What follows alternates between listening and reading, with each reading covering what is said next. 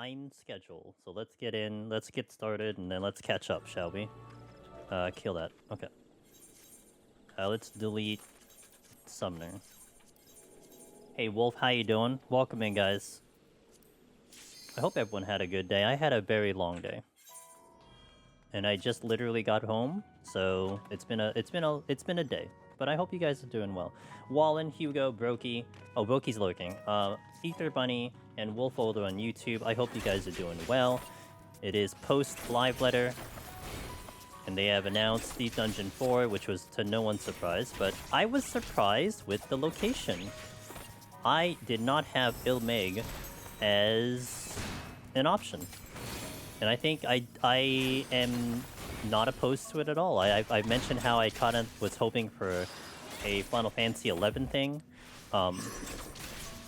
and or even like an Amarat thing, but we got the Fairy Kingdom, and I'm not upset with this. Congrats. Yeah, I was out of the house when the power came on.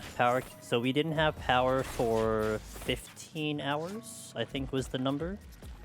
But then they were going to give us, they gave us a time of like 5 p.m. and it came up at like, what do you call it? Like 11 a.m. So it wasn't too bad. But I wasn't home when it came up, so. Let me just get my thingy up, my keyboard up. Here.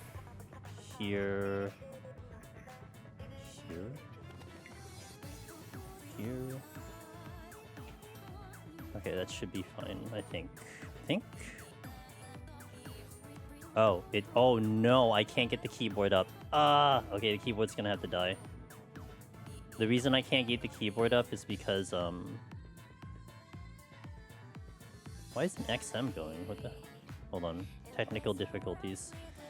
The reason the keyboard won't go up is because I need to find the right thing. Why is my XM like in Narnia? What? Because my router reset and everything, I have to change the thingy. So that's not gonna happen. Realized that because you didn't stream this morning, I didn't lose my streak, so I slept. Yeah, no streak lost, I think. Yeah, I have to. Oh, nice. Let's go. Okay, connection is going brilliant right now. Love that for me. Might be okay. Ooh, a lot of things happening. Okay. Is this AoE around me? I forgot. Wait, why are there so many patrols? What the hell? Okay, I think we're back.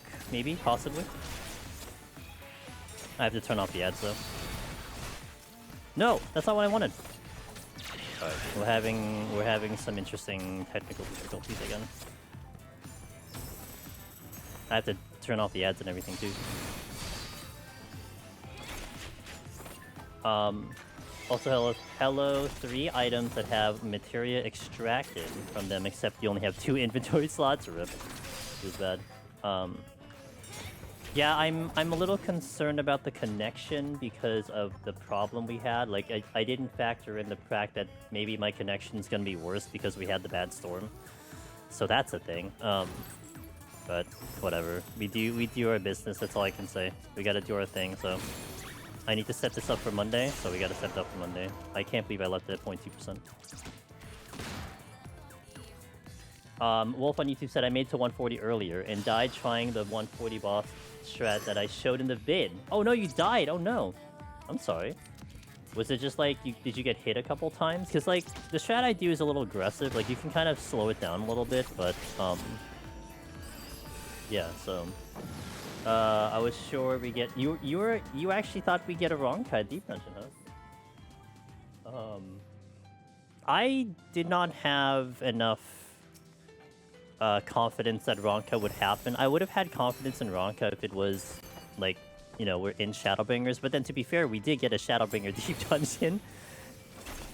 Like, 5 years later, we get an actual Shadowbringer Deep Dungeon. Confirmed. So then I guess it's safe to say that Eureka Orthos is the actual Endwalker Deep Dungeon, except we don't have a DT Deep Dungeon because it's a Shadowbringer Deep Dungeon. But it's alright.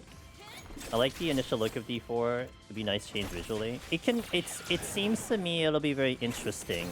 Again, you know, one reason I was definitely hoping it was gonna be Amarat is because of creation magic. And when you do that, I'm sure lore-wise you can have a lot of creativity on like how the floors look and everything. But essentially, Fey magic would kind of be the same deal. I mean, they are kind of thematic with their they are thematic with like the kind of the floral and all that stuff of what they do, but they could kind of do whatever they kind of want, so it'd be very interesting. And who was it? Ether Bunny said the traps are gonna be beavers and the plants. Wouldn't it be funny if we turn into the shrub but we can't move? That'll be the penalty. That'll be kind of funny.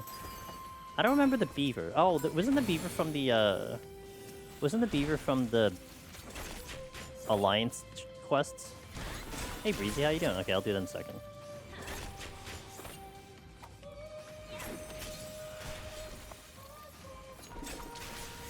Okay. Oh yeah, intuition. Let's go.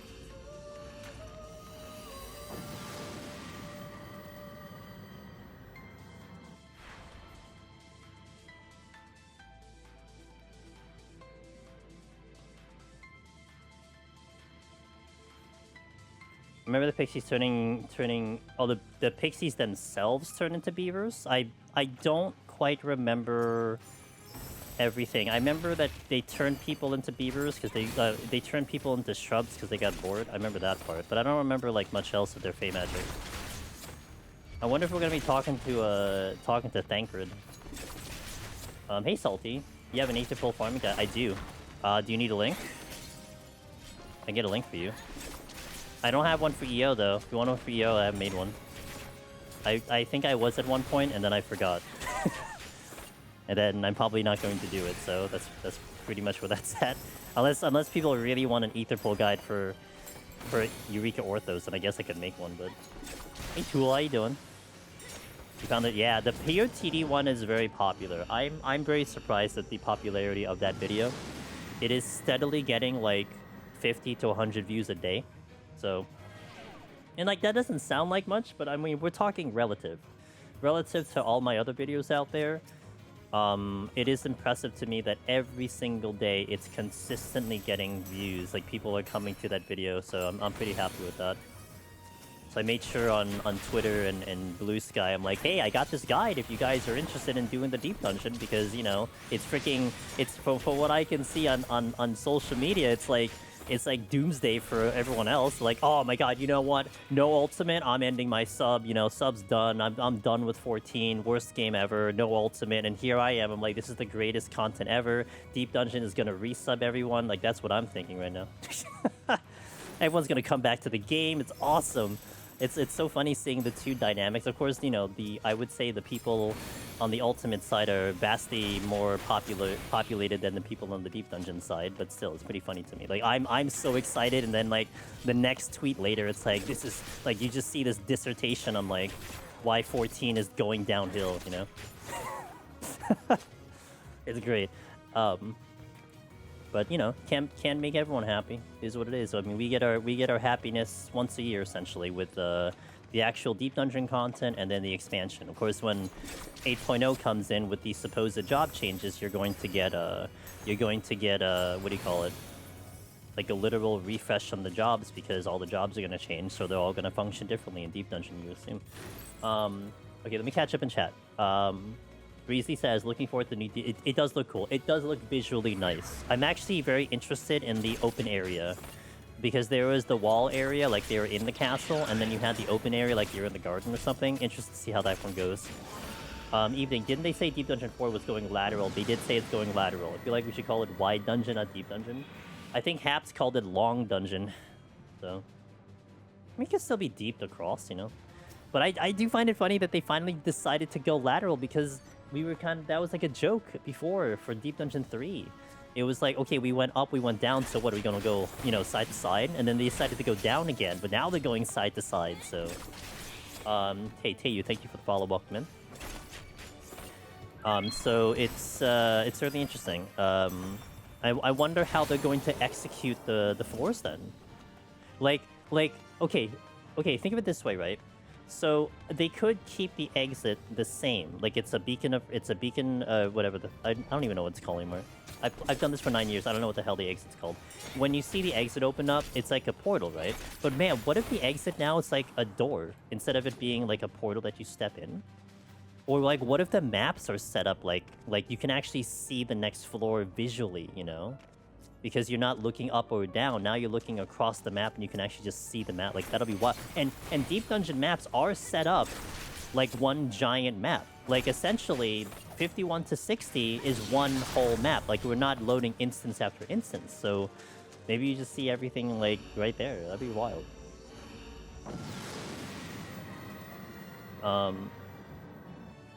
I want to do it for that one for the last boss alone. Yeah, the last boss sounds interesting, although what did make it less interesting was that they're going to feature content that's only for 4 people, which is sad, but I wonder if you can... dude, if they can allow me to queue in, like, solo, I'm gonna do it, right? I don't care if we're not gonna win. But also, it's an interesting thought process because it implies 2 things with a boss that's going to be a queuable boss at 100. 1, you probably don't have Ether Pool that matters in that fight. And 2, obviously, Pomanders shouldn't matter either. It's just literally doing a boss fight, except you unlock it doing Deep Dungeon. Like, it's just like having a Savage fight, except the only way you do it is like unlocking it through Deep Dungeon. It's like Deep Dungeon is like Savage. It's like raid normal to unlock Savage, that kind of thing. So I wonder how they're going to execute that, because that definitely is going to be new. We have Deep Dungeon, Up Dungeon, Tech Dungeon, now Forest Dungeon. I want Dream Dungeon, dude. You. Oh, I already opened the exit, lol. I think it's an alternate. I think it's an alternate for no Criterion. But you're still gating it behind something, because like Criterion is you can't do Criterion unless you finish Variant, right? So I guess it's a way, but I mean that's a big lockout. I mean, no, like, okay, consider Heaven on High, right? Speedrunners for Heaven on High finished Heaven on High speedrun 3.5 hours. 3 hours, 3.5 hours. So you would say the average person is clearing Deep Dungeon in a party in about 5 to 6. A solo is going to clear it in about 6 to 8. Eureka Orthos is about 8.5. For a regular person, like an average person, to clear Eureka Orthos that's not doing a speedrun. So you're talking about a lockout that is that long? What, like 7 hours, 8 hours? Assuming you clear the first time. That's a long lockout. They say how many floors? Presumably it's going to be 100. The reason why we assume it's 100, Breezy, because they essentially did spoil that there is going to be a 99 boss, so you would assume that that is the last boss leading into 100. And it would follow the same route as EO, which has a 99 boss. Which I did find actually funny that they're like, oh yeah, you know, when you beat the 99 boss, it's like, okay, well, I guess there's a 99 boss. Yeah, it's like, thanks for spoiling it. Now I know at least I don't have to spoil myself now that there's a boss. We just don't know what it is because they can't reveal it. But they're making it a big deal, which is interesting because they did not make it... I mean, okay, they probably didn't want to spoil that there was going to be a 99 boss for Eureka Orthos, because that's the first time they introduced a boss in, like, a final boss in Deep Dungeon. So maybe they didn't want to spoil it, but they didn't make a big deal about the fact that that existed. They're making a big deal that there is a 99 boss that they can't reveal what it is, so it's interesting. Probably won't do anything higher than 100 at this point. Might be the only... It's the sweet spot. I would still like a Deep Dungeon that's longer than 100, Breezy, but it's a sweet spot. It's very good. I mean, like I said, Eureka Orthos on average will finish at like 8 hours. Like 7-8 hours, like on an average run. That's a long time. So I think it's about right. If you add in another 100, you're looking at least like a 14-hour run minimum, and I don't think people are going to be up for that anymore. I mean, I'm up for that, but yeah.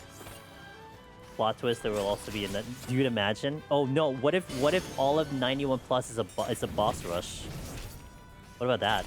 And there's like a couple chests that you get after beating the boss. That'll be cool. But I am hoping for a little bit more randomness in the fight.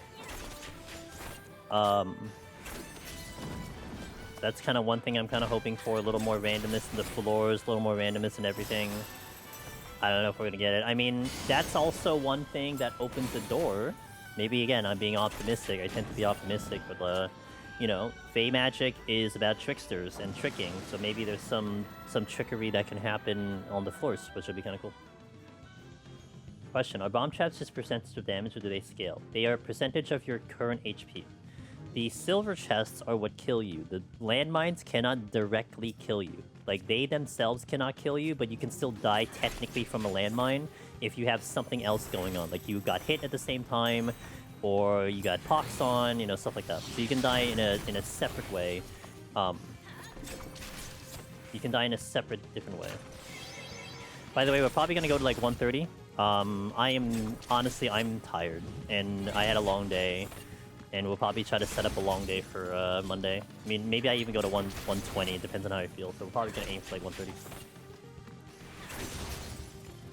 If only in the message station that there were 1,000 floors and 99 bosses, I'll take it.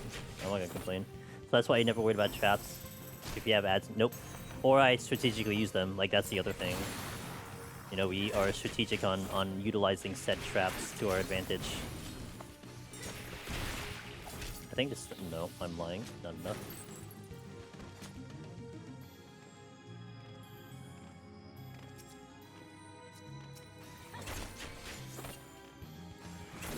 Okay, here's a silly thought on the tricks. What if there's a debuff that screws your perception of flurry out of enemies somehow? I really hope, Rory, that they lean hard on Fey magic and the Fey lore, because there is a lot in the game that they've already executed, like with the allied tribes, and just in general the story about them being very trickster. I mean, man, can you imagine wrong exits, different, yeah, like you said, different layouts, incorrect enemies? Like, there's potential. I don't think they're gonna do it. I was laughing in Sheila's stream.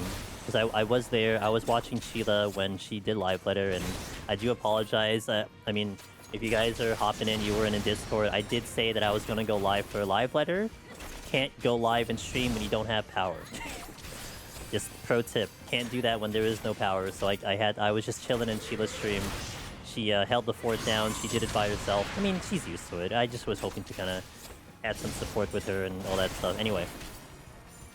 When they went over the basics of Deep Dungeon, they're like, oh, what is Deep Dungeon? Blah, blah, blah. What do you need? Blah, blah, blah. And I'm like, okay, aside from this introducing what Deep Dungeon is to literally people who may not know Deep Dungeon, how I was viewing it was like, oh, okay, so you're telling me you didn't change anything with Deep Dungeon? You didn't change any fundamentals, did you? It's all the same. Okay, Aether Pole, great. You know? So that's that. But I mean, it is what it is. I mean, you're not expecting leaps and bounds. You know, even Mr. Happy long before Dawntrail release had said you're probably expecting the same mold. But it would be nice to see if there was kind of some things that they did a little differently. We most certainly won't see any tricks that like that, but I imagine not knowing what an enemy was until you bullet. I would love that. Like that, the very simple thing would be great to me. So. But, I guess we just have to wait till, what, October, it looks like? I think we're predicting October, if early August is 7.3. So, what was the time difference, guys, from 7.2 to 7.25? Does anyone know the time difference? Was it about 2 months? Because that's how we're going to just basically do our prediction. Probably early October stream is 8 weeks. 8 weeks after. 8 weeks after. Okay. Yeah, October would be kind of the date then. The effect is a secret. Well, you could do something Gamba with the fairies. Foeman does something with the fairies and does something random, so. What if they'll modify Alteration? Maybe make it even cooler. I don't know. I should stop thinking because they're probably not going to do half of that thing or any of it. It's just kind of the MO of SC, but... okay, thank you. So that was 2 months and 3 days. Okay, so about 8 weeks is what Rory said. Okay, thank you. Thank you, Seaguard. There we go, that's our answer. Alright, sounds good to me.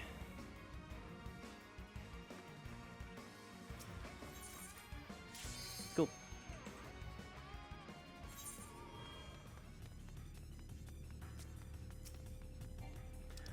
Here. Lay steel.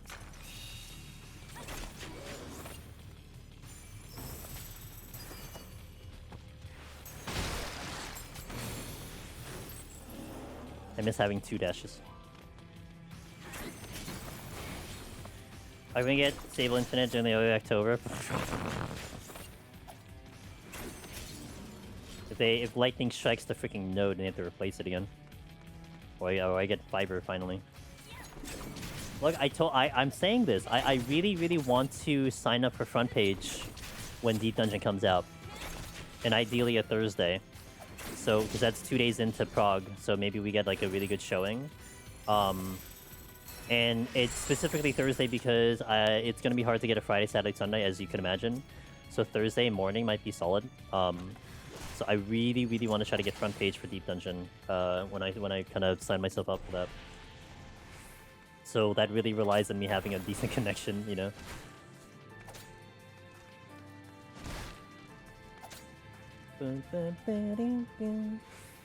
Nice, good luck. Yeah, well, I feel like I shouldn't. I can't imagine getting denied for front page. And more so because I haven't requested it ever. Like I've never put my name down to get front page. And I feel like there's definitely a good chance if I'm like new to it. I mean, I've been holding on to that bullet forever. I've been just waiting to pull that trigger, and I feel like it's going to be a good time to pull that trigger. So I kind of would be surprised if I just don't get front page at all in October, at least one of those days. I mean, it's going to be one day. So, but that would be the plan. I really want to do that. Really put Deep Dungeon on the forefront. Take advantage of everything that we have, you know.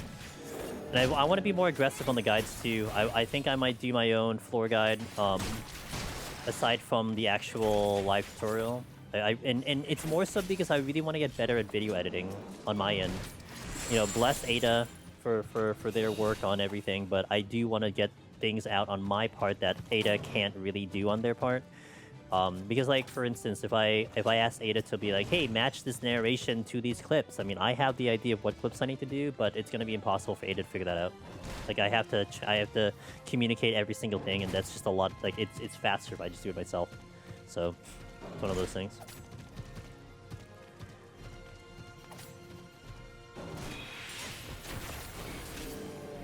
Yesh. I'll probably pull both. I wish you would let us put palms on the hotbar because using the controller is kind of annoying. Yeah, that's fair. That's completely fair. I mean, look, there's Vagabond with 7.3. You should actually not skip over 7.3 completely, because it's going to be a known fact that they could make edits to Deep Dungeon prior to Deep Dungeon 4 coming out, because they have before. In 6.3, last expansion, they added auto-heal disable to enemies, and that was when sustaining potions got changed. So you could expect something, maybe quality of life, that maybe that becomes a thing. I would kind of like, wouldn't put money on it though, but you know, it could be something that could happen, you never know. And yeah, I mean, I got used to it on controller.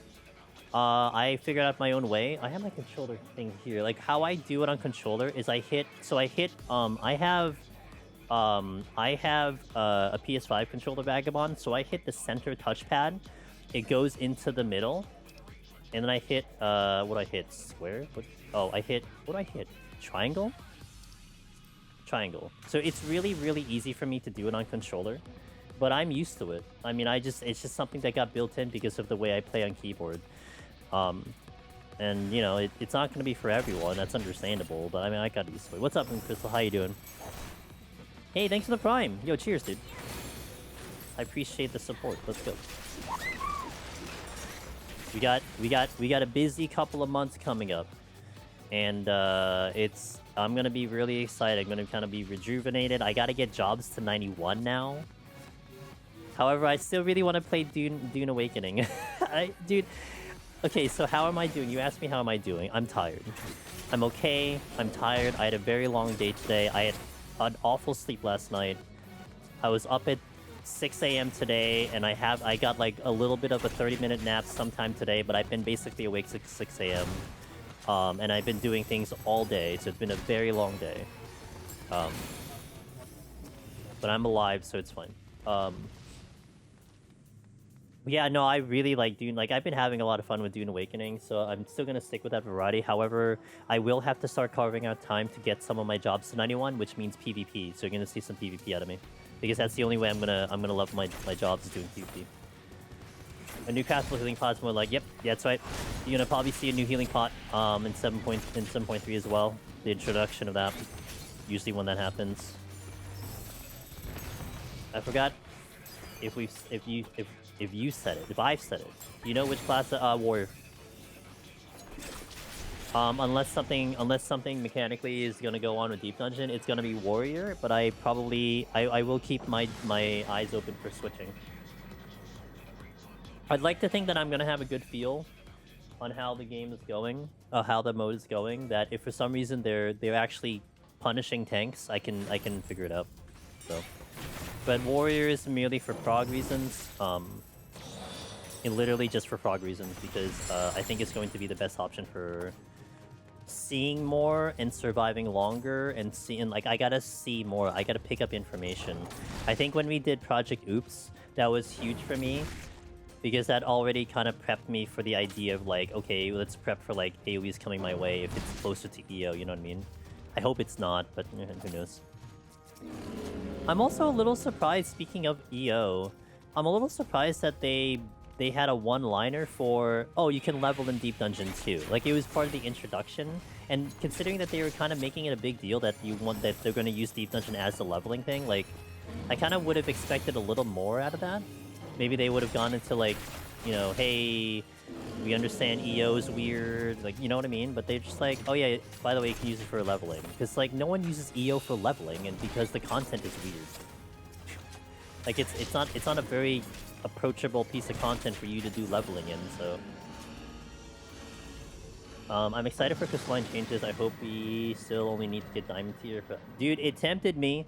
You know, when speaking, wow, my playlist is on target. Man, does my playlist know what to play at the right time? Speaking of Crystal Conflict, when Season 1 came out, I was kind of, like, motivated to get Crystal, and seeing Omega and Ultima, I'm like, oh... titles, achievements, like, I was kind of, like, tempted. I don't know if I don't know. I can't stand Crystal Conflict though. Like, that game mode is very boring to me, so I don't know if I will have any desire. I think I'm definitely checked out of PvP forever in this game unless they do something different.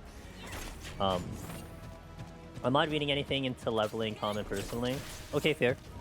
They might go more into detail next live letter, so that's completely fair. I mean, also it comes down to how we kind of talk about it and maybe approach it and everything. I'm sure we can develop some strategy that's gonna be nice, but who knows? Just steal, yeah. EO's not something I use to level. I don't think it's anything. I don't think anyone uses it to level. OC doesn't let you level because you're already in there, man. Yeah. Well, it's like the Eureka situation. So that's why in how it looked like they were talking about it was that they were going to try to funnel people into Deep Dungeon as the part to level, because before you can go into Boja to level, but now that doesn't exist. So what are you gonna do? You know, Deep Dungeon is kind of where it's at, but it also needs to be content that's fun to do in order for people to repeat it. I mean, whether you find Palace of the Dead 51-60 fun or Heaven on High 21-30 fun, doesn't really matter because it was fast and the XP was good. So it doesn't really quite matter if it was fun. It was efficient, and that's not what EO I think provides. It's not efficient at all. I don't think you can level up an OC. You can't. That's why they had to clarify it. Well, again, I kind of went over it, but, like, for me, it was almost like when they talked about it before, it kind of looked like they really wanted to filter people into Deep Dungeon for leveling. Like, hey, go here to level. But it would also mean you need to make it, like, you know, fun for people to do. That would be interesting. I like Deep Dungeons for tome farming. My mathematics maxes out in there. Gotcha. Can we not? So just because they say you can use DD4 for leveling doesn't actually imply it's good for leveling, that it awards non-zero XP. Well, it's like, you've established what Palace and Heaven on High did. Like, okay, so mathematically speaking, Palace and Heaven on High are not the best to level. Because a dungeon is better to level. But why was it good? You know why it was good? Is because back in the day of Palace and Heaven on High, queuing up in a dungeon for a DPS was ass. Like, you can get better XP doing healer and tank, because they're gonna have instant queues, but doing a DPS, forget it. And that's why Deep Dungeon became popular for leveling, because you didn't have a role restriction, and therefore you could run with 4 DPS and clear it and get fast XP. So it was a very, very good alternative. But I think I remember having this discussion a little bit before. It could be a combination of the fact that in 2025, it's not so much that it is a good or bad piece of content to level. You have a lot of options to level. PvP was not nearly as good as it is now in terms of how much XP you get now. I mean, the roulette's really good. And there are many other ways to get XP in this game, so it could be a little bit of a byproduct of that there's still a bit too many options. So, like, how good are you going to make it that it's going to appeal to people to be like, oh, all the guides say go here, right? Because that's what it comes down to, but you don't know the answer to that. You don't know what their objective is, if you will.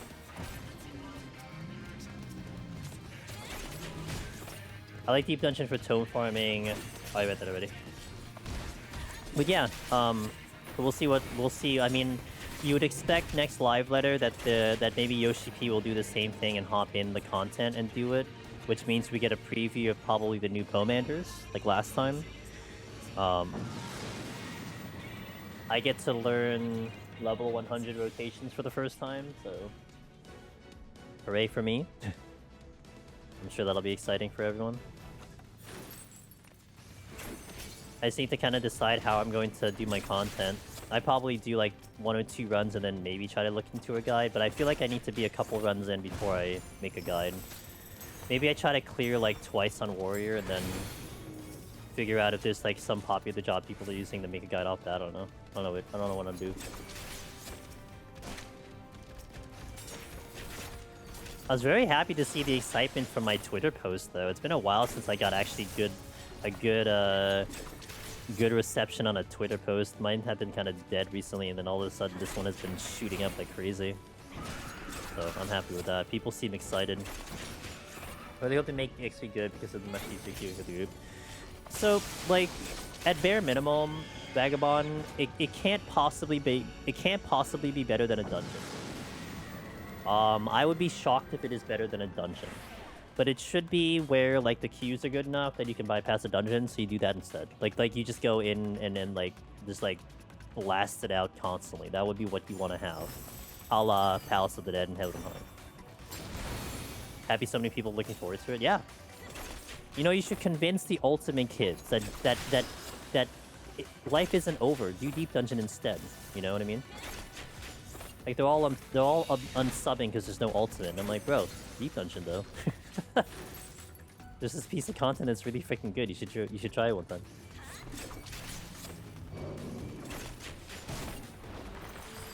Yo, what up, Emily? How you doing? Good to see ya. I thought PoTD XP was already better than a dungeon 4-man. No. A 4-man normal dungeon of the appropriate level will be mathematically better. Again, the reason why Palace would be superior is the amount of times that you get in and out of a dungeon. And that's where, like, if you're queuing up, like, a Duty Finder for a DPS, it'll probably be a lot slower, because your queues are going to be a lot longer. That's why Palace would be superior, because, you can get in just right away, usually. Well, not anymore, but you can get in. The YouTube chat was full of hate. Well, Twitter was full of hate, dude. There's so many posts about people, like, you know, 14 is going in the wrong direction, what are people gonna do in the game now? I'm unsubbing. I'm gonna go play other... Like, it was all of that. And, like, I get it. And then here I am. I'm just so excited. I'm like, dude, this is the best thing ever. It's Christmas.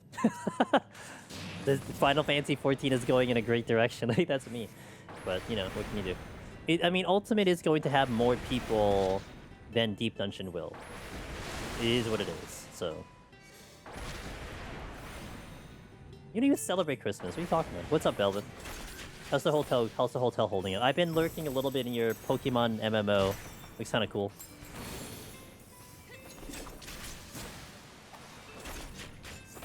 What did I say is good content to relearn your class after you've been away for a minute at like 84 Paladin? Eureka Orthos. Solo. Or you know what? Just do the appropriate dungeon. Go into like an 81 dungeon or something. Like that won't be too bad. But definitely like a dungeon or content. Oh, you know what's really good, Pizza Shogun? You know what's really good? Go into an 83 trust dungeon. Don't even bother with people. Hop into it as a trust. Boom. That's a good way to learn it. The trusts are not going to yell at you. You don't have to worry about other people judging you. That's a good way to relearn your job. For real, I was happy because main Deep Dungeon and Crystalline do the foaming of the... Yeah. Hey, what up, Andre? I still need to complete the new Deep Dungeon at some point. Well, you know what's nice is that you don't have to do anything about Eureka Orthos for Pilgrim's Traverse. And I think what's really, really nice was that Pilgrim's Traverse only needed... Traverse only needed... Endwalker. You don't even need Dawntrail. That's nice. The entry point is really nice. Hope I'm well. I'm tired. I've had a very long day. I'm okay and I'm tired, but it's okay. I need to get this in, so we're gonna get this in. Field ops are great for learning classes too. 84 though. Boja only goes up to 80, right? So I'm not sure. Maybe, but I'm not sure about Boja. Occult won't really help because I think you're getting muddled with the other jobs, but I was going duty support for the mid-range. Yeah, duty support's really good. That's what I do to my healers and tanks. It may be a hard question to gauge for Deep Dungeon, but what am I hoping for with the new one coming out? Just different mechanics. I hope it's harder. Zed, I hope it's harder. I hope it's more difficult. I hope we get surprised. I hope that it takes me longer than a week to prog the content. It took me a week to prog Eureka Orthos Blind. And I hope it takes me like 3 weeks or something. Like I want to be in the trenches for so long that the anticipation is insane. Like that's how I want to feel. But, you know, probably that's not going to happen. But I would like to be surprised. I'd like to have new mechanics. I like the bosses to be much harder. I want to be challenged in there. So they already spoiled the 99 boss, which is funny. When you beat the 99 boss, wait, there's a 99 boss?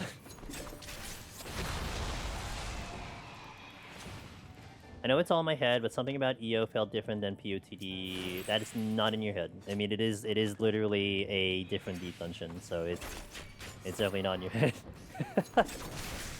I don't know if they're gonna bring it back to Palace and Heaven on High. I mean, I kind of hope that too, but it's kind of highly unlikely you'll probably see that. It all depends on what they thought EO was. Like, I'm not sure if they thought EO was good or not. Oh yeah, I would assume that too. Now, I mean, that would be I would have my butt clenched ready for a 99 boss. Going like without them saying anything, I would have prepared for a 99 boss. But it's funny, like to me, I guess it's funny, Rory, when like you go through like the first 2 PowerPoints explaining what Deep Dungeon is, and you're like, oh yeah, by the way, the 99 boss. But I guess to be fair, there are people out there who don't know anything about Deep Dungeon and think floor 200 in Palace of the Dead and floor 100 Heaven on High is a boss floor, right? They don't even think that it's a shrine, it's just a boss floor. No? No one said that word. Are you still alive? What are you doing?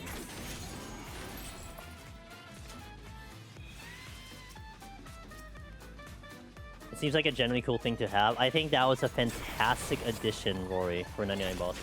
I seem to finish soloing Heaven on High and do EO. I took a break because rating burned me out of the game. I realized playing US from EU made LOSing the 490. Oh, Yeah, yeah. I mean, ping sucks. It is what it is. I know I've experienced ping, so.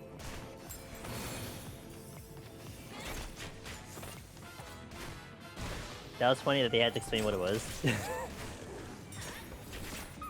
Hey, if you don't know what Deep Dungeon is, this is what it is. And I was joking. I mentioned it already, but I was joking how, like, to me, the way I took it, Rory, aside from obviously like, hey, this is this cool piece of content that they make, you should look it out. It's more like, oh, you didn't change anything, okay? There's still Aether Pool. It's still randomly generated floors. So nothing has changed. Got it.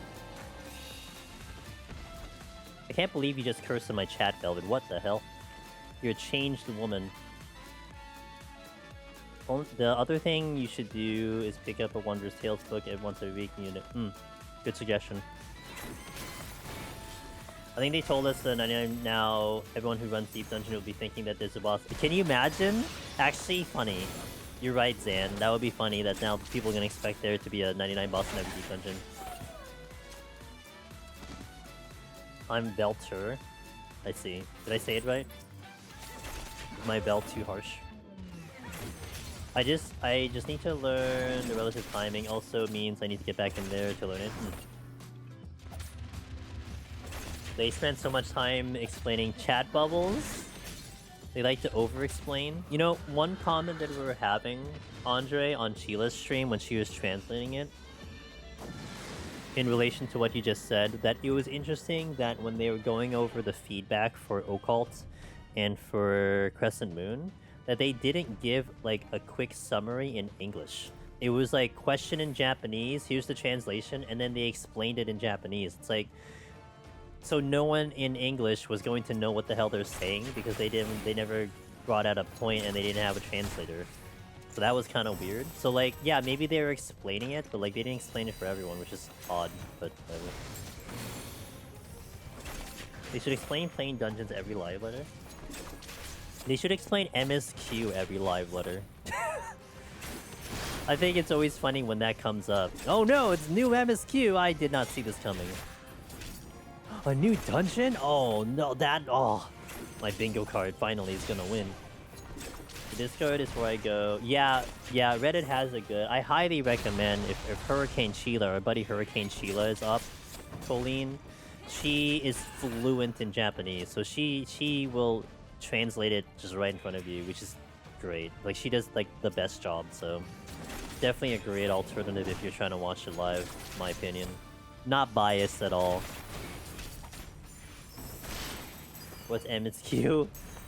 That thing you're supposed to do at some point.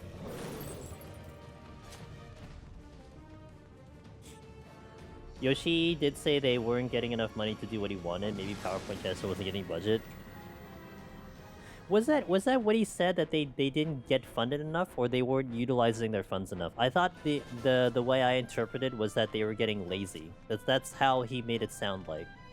That they weren't pushing themselves and they were just content with, like, you know, staying at normal.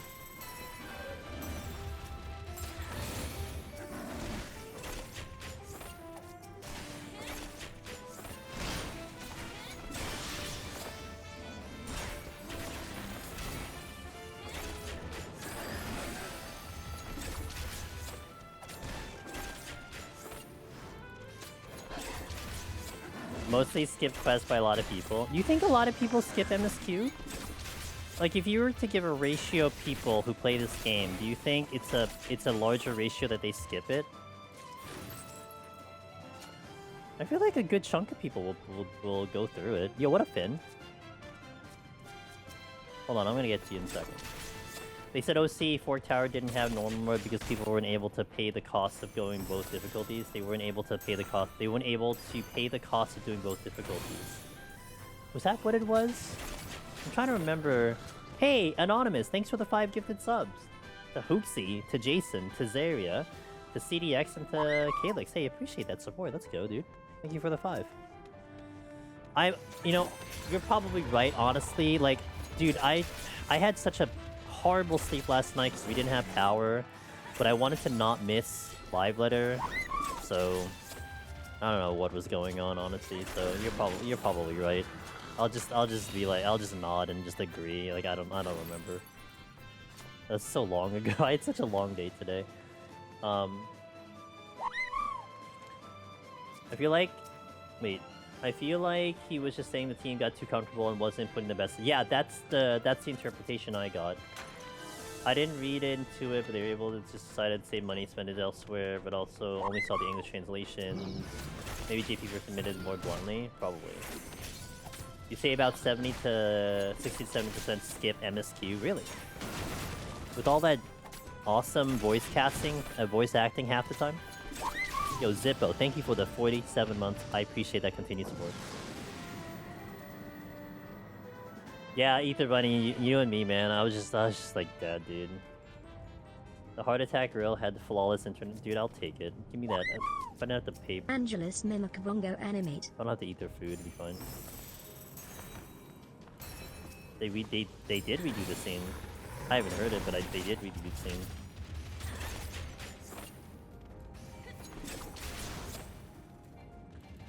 Can we? Okay. Oh, cool. Another rage. Hoping kind of rekindles my enjoyment of 14 and fixes a lot of small annoyances. I hope so too, man. I mean, what am I going to do in 7.3? I'm going to see if there's any deep dungeon changes. I'm going to do the Vanadil Alliance raid, which we'll do as a chat. If you guys are interested, I did it for Alliance 1. We'll do a party finder, and whoever's in the stream, we can just do it together. So that'll be my Tuesday. Cause I had a lot of fun doing it the first time. Like that was great when we did it. The first Alliance raid, and I went over the story and everything. I like that. So we'll do it again. That's about it. Like that's like the only thing I would do. It's, again, aside from looking at deep dungeon changes, which is possible, you might see deep dungeon changes in 7.3. Maybe they comment, I hate Wuklamot so much they haven't. Really? I like Wuklamot.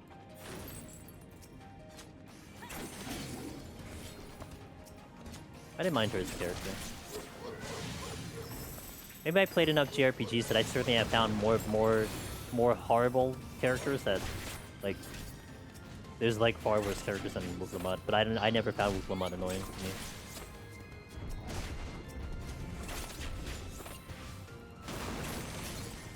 If it's because of EA, it was wrong. Voice directions are not BA's fault.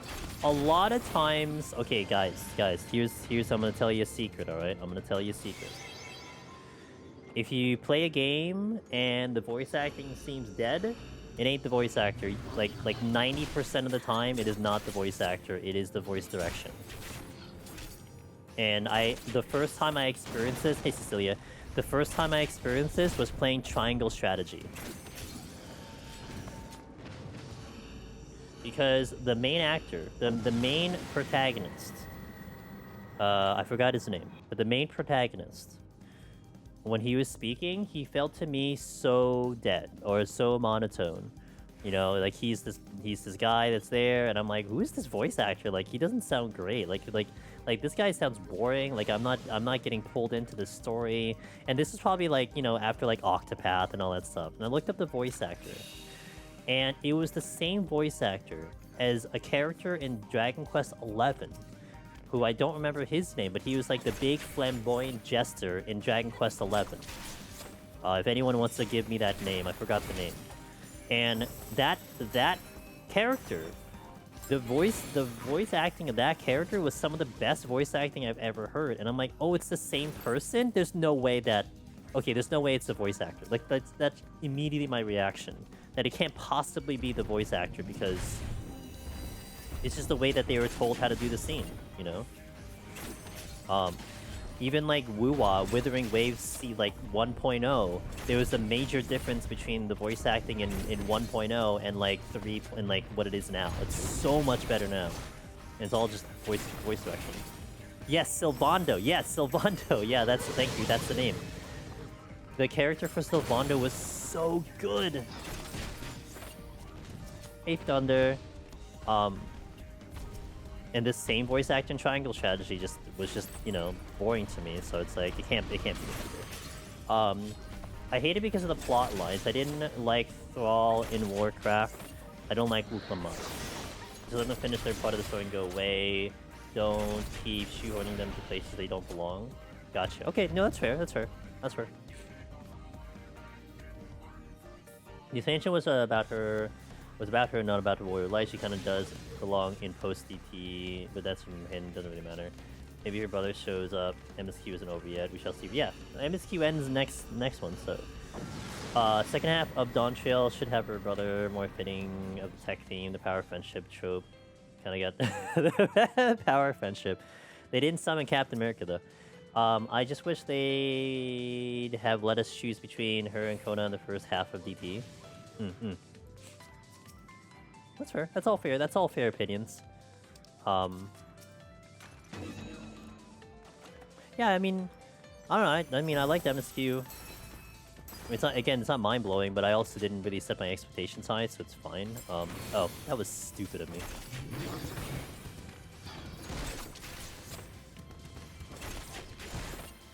Did someone say monk? Tomorrow we're back in Dune Awakening. I'm actually really excited because I basically haven't played it all day. And when my power ran out, I was trying to climb a mountain, so like I was trying to scale a mountain and then my power went out and I'm like, oh, I hope I didn't die. Because that'll be really awkward. I'm pretty sure I logged out correctly, so that's okay. Game is definitely good for filling my time until I figure something else out. I just got an EO, Dragoon got it. Nice! Congratulations, Cecilia, let's go! How did Dragoon feel in there? I like Dragoon, it's very spammy. A lot of button presses.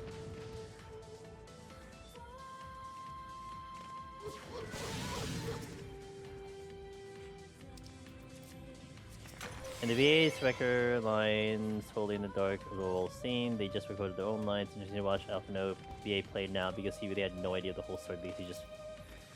I imagine that's actually a very interesting perspective, Colleen. You know, I really enjoyed, at the time when I was watching the Aerith VA play through Remake. And you get the insights of that voice actor about, like, how they recorded it and all that stuff. Like, that was, like, that's awesome that you'll never hear anywhere else except from the voice actor's mouth. I think most of my fun in DT came from trying to predict where things were based on the idea of 9 based and the character's proximity to 9. I enjoyed Alexandria, the last area, the memory place, and seeing Alexandria, like that was kind of cool. And seeing and kind of remembering the first area of 9 and like comparing it. Like I think I got really excited about the jump rope part with the NPCs doing the jump rope. I'm like, oh yeah, this is from, you know, the beginning of the game. So stuff like that was kind of nice to see it. They do a good job honoring the other Final Fantasy sets for sure.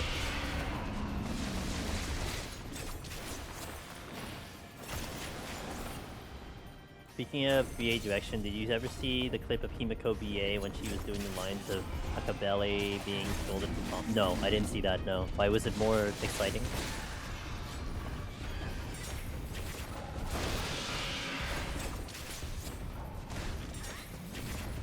Can we stop aggroing? We're running out of HP.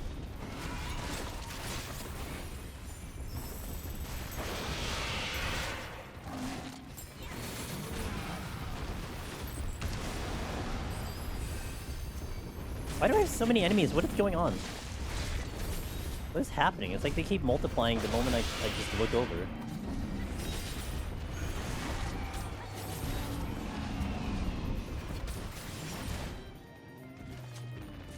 Now you give me the witching. Okay. Let's see how it is. Safety, witching. I put the link in the video, Discord. It's funny though, if you haven't seen it before in a while, her explanation of what they told her and how it turned out. I think more people should see that kind of thing, you know, especially if you're like kind of questioning where like what's happening with the VA and everything. Like, I mean, I imagine as a VA, you don't kind of go against what they tell you. You do your lines based on what you're given. You can't just manifest something without a direction. So, you get what you get based on what the directors are telling you.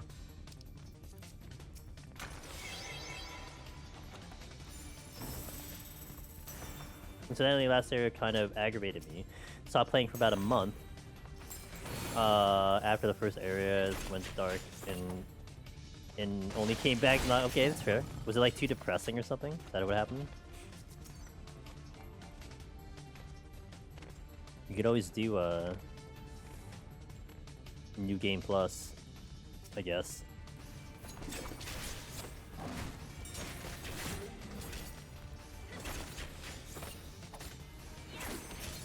Two birds, one stone. Something. Oh, that's a lot. Oh, that's the exit. Okay. But they're all facing one direction, so it's fine.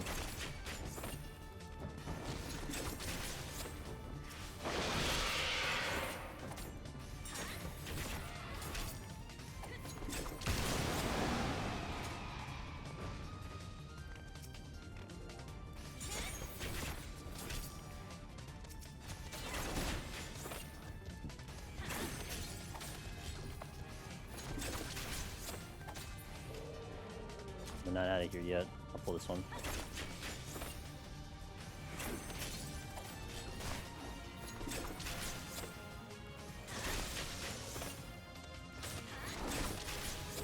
Okay.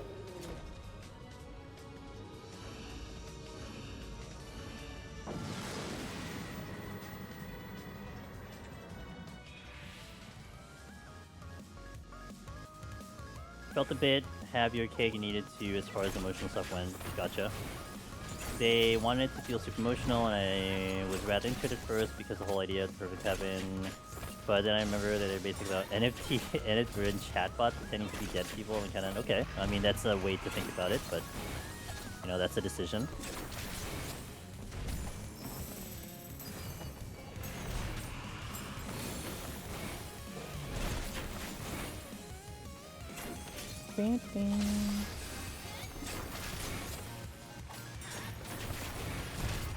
So the reason why I'm a dancer, by the way, it has been a job that a couple people have been doing, and the dancer push for Behemoth is interesting.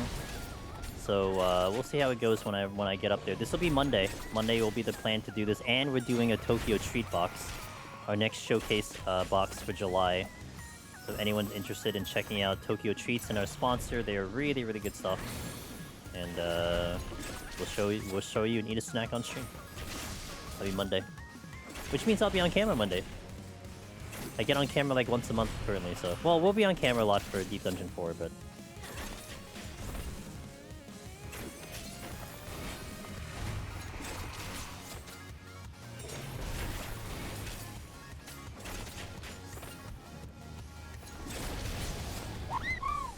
hey, Pure Party, thanks for the tier 1 3 months in advance. I appreciate that. Let's go.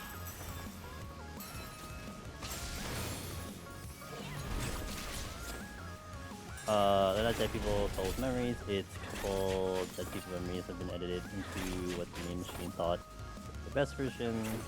And sucked into a robot and put into private party sims. But totally took my emotion out of it. Again, I mean, you know, that's the way you took it. That's fair. That's, you know, that's your choice. So it is what it is.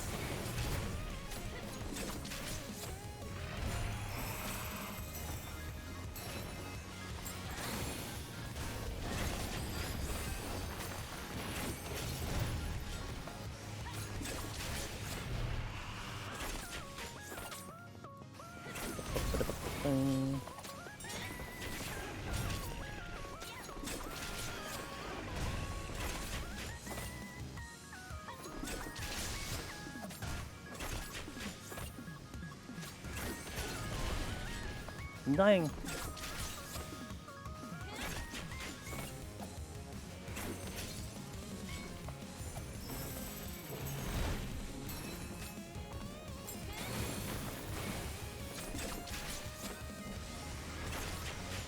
Let's get back to the memories instead of the edited versions. We'll just have to wait and see. You're not dead yet. Okay, done. Okay, I'm gonna hit ads here once my ads turn on, and then we'll continue.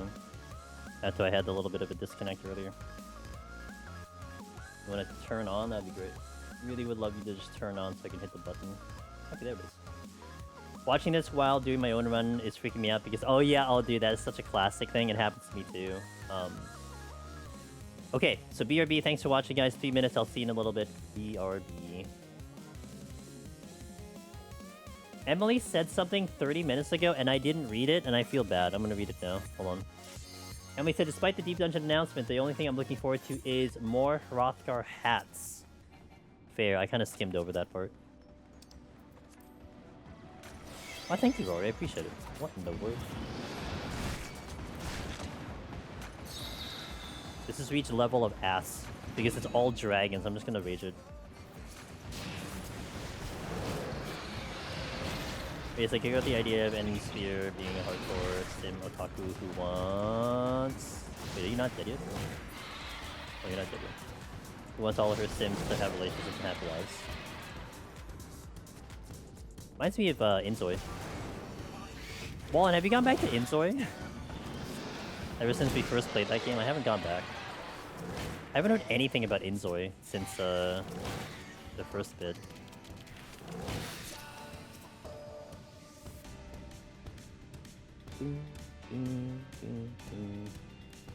No. Been so busy with other things. Fair. I haven't just craved it at all. Like, there's no reason for me to go play that game right now.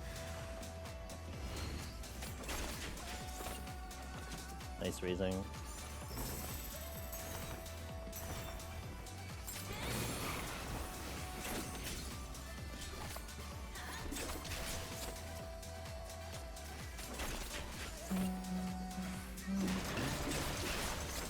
So how do you usually manage Dancer having Giant AoE as one of the main damage buttons and you're not pulled away too much stuff? Very easily. I can show you on the next floor. I'll show you exactly what I do.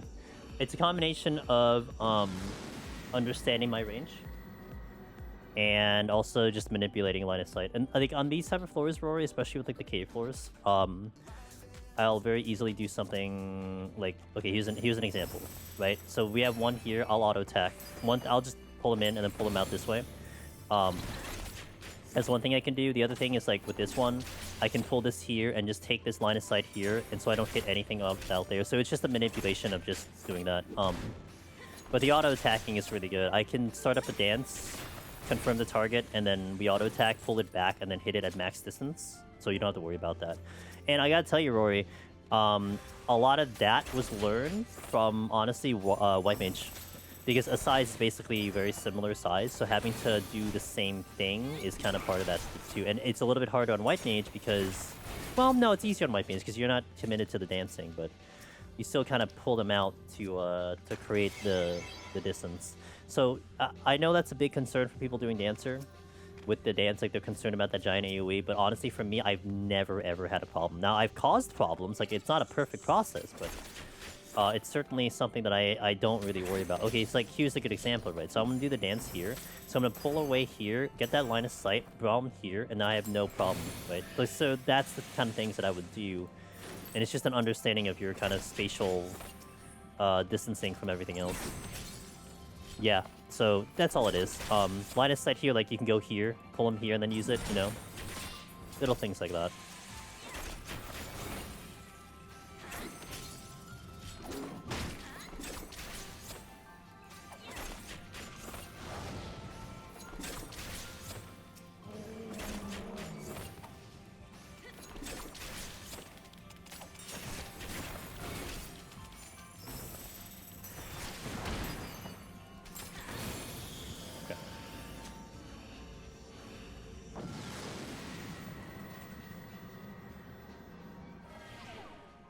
Speaking of Speen.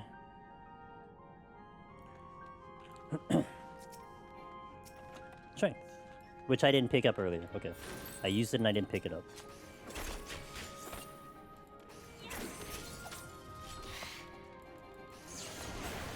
Oh, that's a bit of a problem.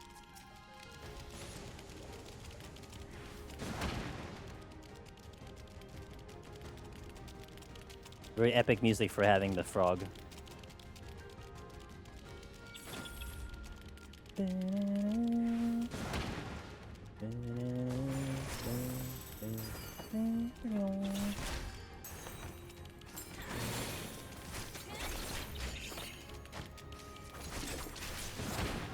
your Tay.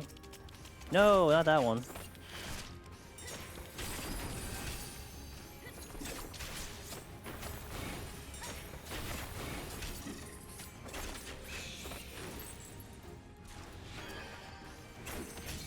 Banna, banna, banna, banna, banna. I like the song too, Clayton.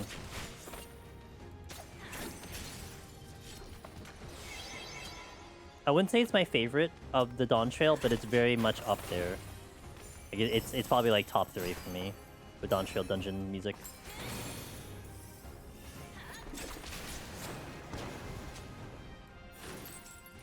Yo, what's up, Sinek? Hey, Azure, how you guys doing? Good to see you.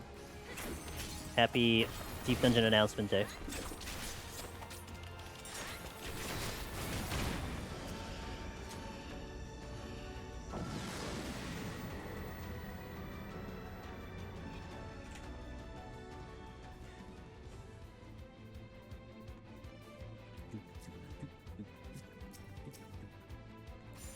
A lot of strengths.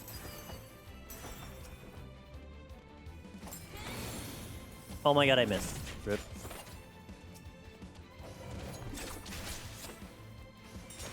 Do you think they will keep the one-shot mechanics and no auto attack?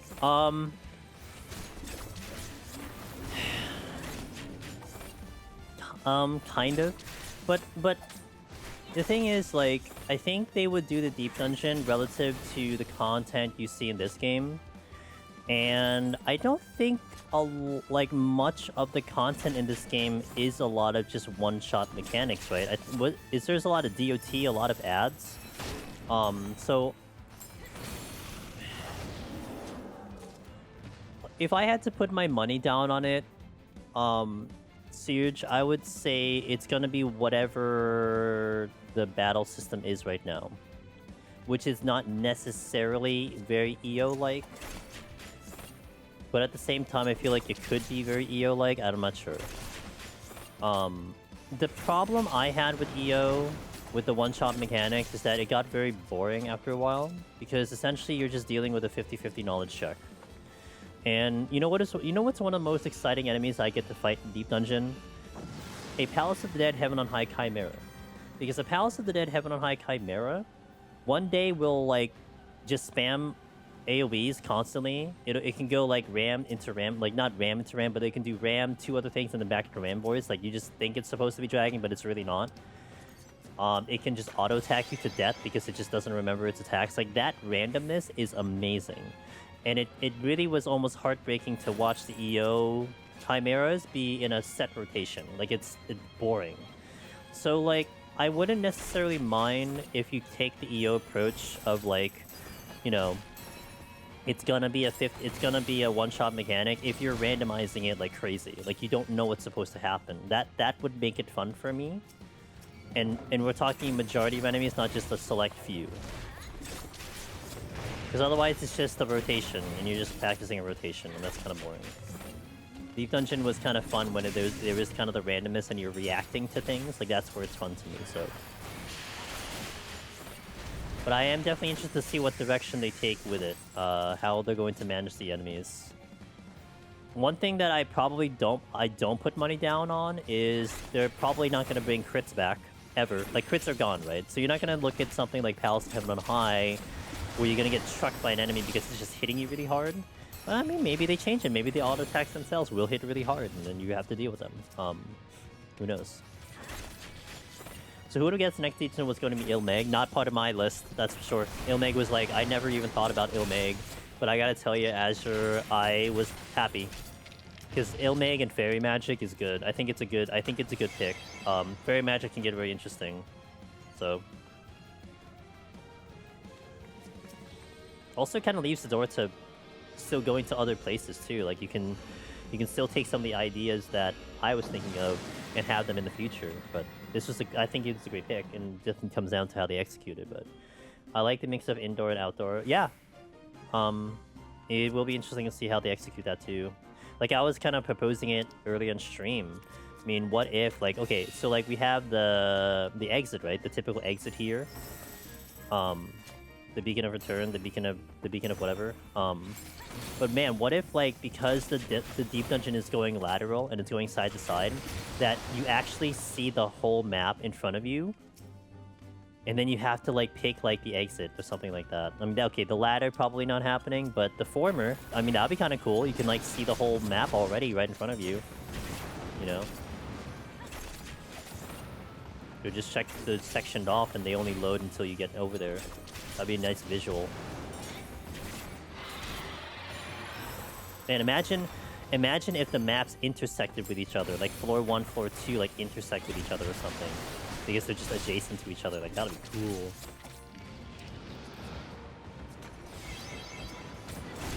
But I kind of would think like the outdoor type map snack would be almost like EO 81 plus. Like, that's how I would look at it. It's just wide open area. Maybe the return of big rooms. Oh, can you imagine if big rooms are back? Because of that? Interesting. Interesting. Imagine SE actually innovating. I have to always quell my excitement because, like, yeah, you're not gonna really see that kind of stuff, but there's always hope, I guess. Maybe, possibly. You always stay positive, I suppose. Is there a new D dungeon? 100%. It is called Pilgrim's Traverse. It is going to be set in Ilmeg. That is the official name of the deep dungeon. Pilgrim's Traverse. PT. We're all going to physical therapy, guys. What does PT stand for in the Silent Hill teaser? Does anyone remember what PT stood for that one? Because that also is the thing that came to mind was PT from Silent Hill. Piltra? That's a name. Well, that has to mean something then for JP. I thought it was playable teaser. I wonder what the community and you guys are gonna what they're gonna land on. PT's not bad. I remember back in EO I was joking like I guess the next deep dungeon is gonna have one letter. I did, yeah, that's what I thought. Yeah, the Kojima game, yeah. Do you remember what PT stood for for Kojima's game? Like, did it actually stand for something? I mean, my next thought was physical therapy because I sometimes have to do PT for my shoulder when it goes haywire. So that's in my head, but I mean that's more a personal thing.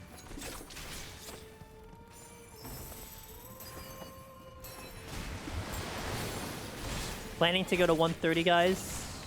Like I said, I'm tired. I've had a very, very long day. I've had no sleep, literally, because I lost power. So, if you didn't know, if you didn't see in Discord last night, I kid you not, this is the type of weather that maybe you guys have experienced and the weather that I have. About 15 or so years ago, we had a Hurricane Sandy. I don't remember the year. I mean, you can look it up, whatever. That was terrifying. That made me actually scared of thunderstorms because I remember the thunderstorms being so loud and so just everywhere, and it's like you almost felt like you were about to get struck by lightning kind of sound. And that Hurricane Sandy sat in my state for like 2 days. Like it was the slowest moving hurricane ever. It caused so many problems. Like we lost power for like a week. So many downpour, like it was bad. Like it was pretty bad, and that was like not as bad as some other people. Like I saw sidewalks uprooted from the street. Like it was insane. But then go like 10 years ago, and we had a flash storm that lasted 5 minutes and caused more damage, and we lost power longer than Hurricane Sandy, and it was like a 5-minute storm. And I'm like, what the frick, dude? Are you kidding me? So yesterday, the storm that I had was literally 5 to 10 minutes. Heavy wind, heavy rain, just an onslaught of weather. It created so many downed trees. It knocked out power everywhere. And a lot of roads were blocked. They were actually still blocked today. And it was literally like a 5-minute storm. So that's just the kind of weather we have now. It's so volatile, and it sucks. Last year's hurricane made a tree fall. Like, oh, I'm so sorry. I hope they're okay. I hope the house, everything's okay. Damn, it sucks. Sorry to hear that. And then Houston flooded every single hurricane. Yeah. Yeah, we didn't get any flooding, just the high wind just killing everything. So 13 years ago for Sandy, damn. Yeah, like I used to like the ambiance of like rain and thunder. I'm not gonna lie, I like the rain, just you can leave the thunder out because I feel like the thunder will just be like, you know, so aggressive, but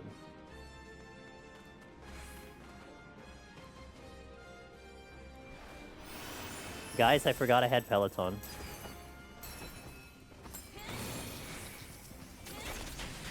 I just used it for the first time in 39 floors. Hey Thunder now, don't take my electricity. I hate when it sounds aggressive and it sounds like it's about to like strike you, you know.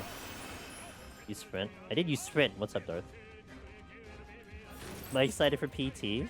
I don't like horror games, so no, I'm not excited for PT. PT is pretty scary, I don't know. Yeah, hell yeah, dude. I am ready for Pilgrim's Traverse. It is gonna be a great game. It looks really good. It looks promising, I guess is the best way to put it. It looks promising.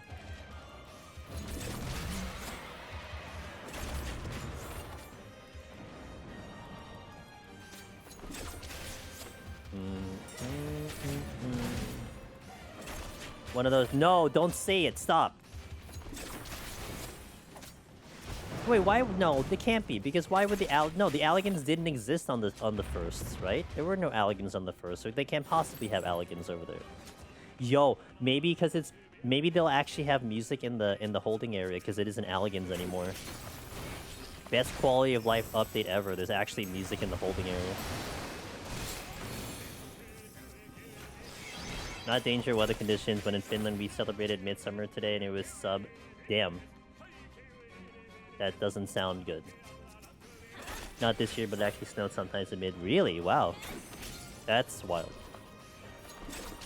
Oh yeah, what they showed in the initial cutscene before they announced Deep Dungeon, it was 4 screenshots. 2 was Palace of the Dead, 1 was Heaven on High, and 1 was EO. And the EO one was the same one they used last time. So they weren't that much exciting. They could have used the screenshots I sent them, but whatever. I sent them screenshots of my lovely character in EO. They showed the level 30 Heaven on High boss. They showed 4 people in the high levels of Palace of the Dead, and I think like low level Palace of the Dead, and then they showed their stock file for Eureka Orthos. I gotta run Don Mang, catch up with my favorite land mobs.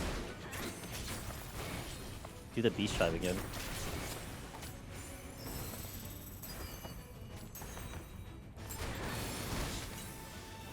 You say that, and I'm under tornado watch right now. Oh, please stay safe. Surely the new D-Dungeon has a floor that's purely the tightrope mechanic. Oh, purely the tightrope mechanic from Don Meg? No, you can't say that. Oh my god, tightrope mechanic extreme? Can you imagine? It's one floor that is just a tightrope mechanic? Oh no. I did like that mechanic, but if it changes every single time, it's gonna be pretty rough. Maybe not.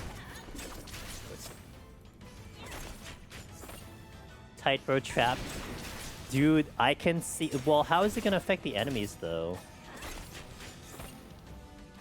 What if it's actually beneficial and it wipes out the enemies, but you have to survive it too? I actually almost died from that. That's funny. Yo, what up, Henry? Happy DD4. Hell yeah.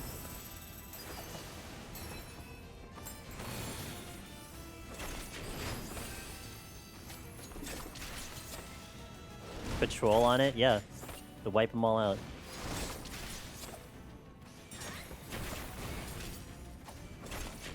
Oh no, worse though.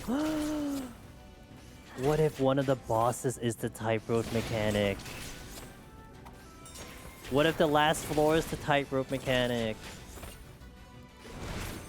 Uh-oh. It is just a pure time waster. That's all it is. It just wastes time. Precious time that you need to have in Deep Dungeon. All it does is waste time. I want to see it though. Like it's gotta exist. That's what I'm thinking. Like you have to put it in. Like that's such a good idea, dude. I'm appalled by Dancer's lack of damage. Walk on 100 is the tightrope. Imagine. Just walk the tightrope, forehead.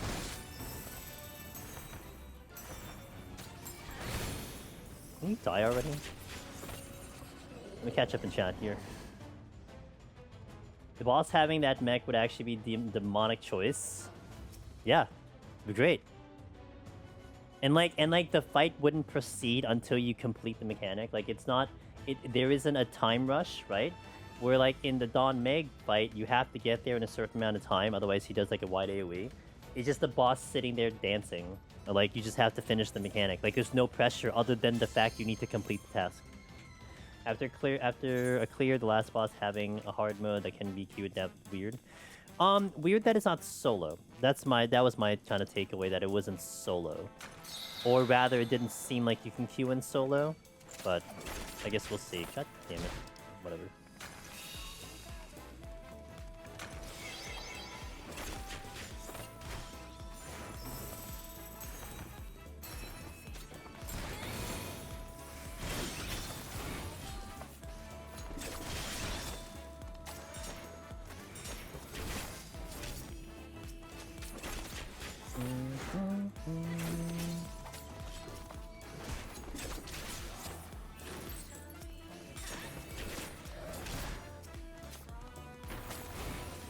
Hey Maru, how are you feeling today? I am tired AF.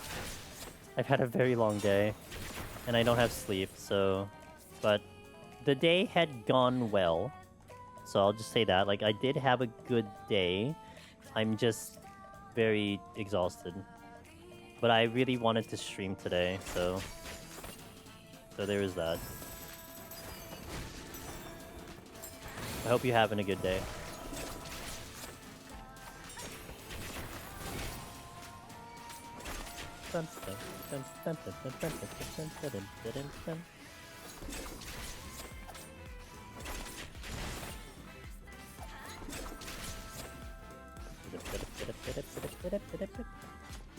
Right? Oh, that is a drop. Okay, no wonder. A resolution. Glad things are going well. I'm with you. I'm being sleepy. Yeah, I had... So basically what happened for me, Maru... I wanted to go live for Live Letter, so I woke up at 6 AM today. But unfortunately, I didn't have power since 6 PM yesterday. Well, I mean, obviously I have power now. But from 6 PM yesterday, I didn't have power until about 11 AM today. And I cannot, like, my sleep was absolute trash. Like, I did not sleep at all last night. But I wanted to be up for Live Letter. Unfortunately, I couldn't stream because I didn't have power. But then directly after Live Letter, I was go all day. Like, we had a lot of IRL things to do, and it was just, I was out of the house basically the entire day outside of like 30 minutes where I took a quick nap, and then I sat down and then popped open stream. Like it was just like, that's it, that was my day. Like, the moment I got home after doing all my IRL things, I basically sat down, prepped for stream, and then went live. So, it's just been a really long day. Be dead, yeah. This is one of those days, there's just like, you know, you have to get shit done. You know, Henry, like, it's one of those days, shit need to be done, so you got them done, and whatever, you just shrug it off. Get sleep tomorrow, I guess. Catch up tomorrow.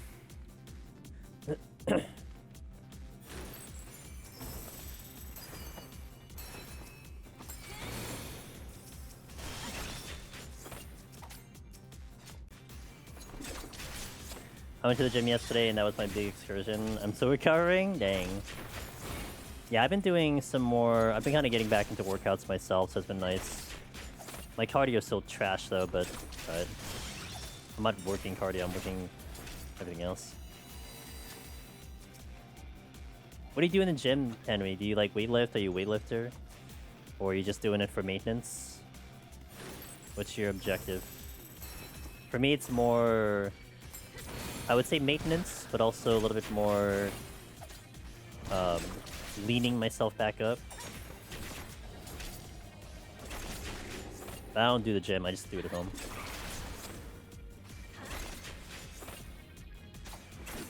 I met with this guy whose literal name is Titan, and we do weight. Nice. Do you like how big of weights do you do?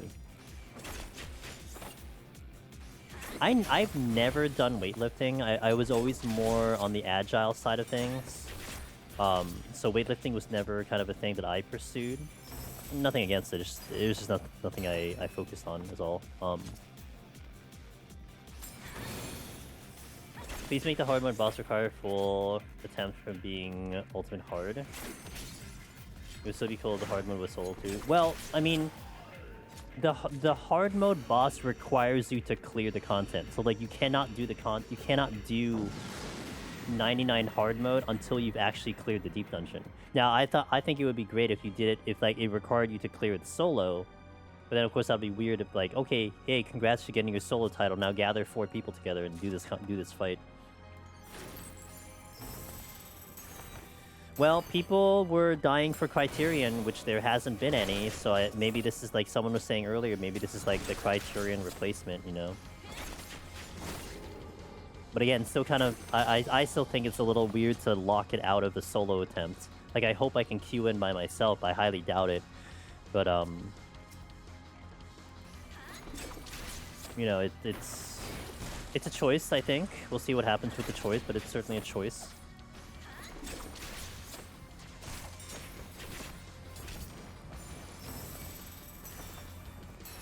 Oh, I wasn't paying attention. Oops. Matsu Bashan deadlifted 275-ish. A lot of it just muscle them. Gotcha. So do you want to like get big and bulky? Like, do you want to like push like heavy weights?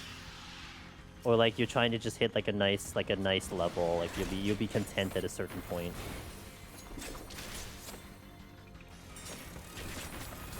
I mean, honestly, you tell me 275, Henry, I don't know what that means to me. I don't really lift weights, so I don't know what that means relative. It sounds great, though. Yeah, that sounds amazing, so congrats.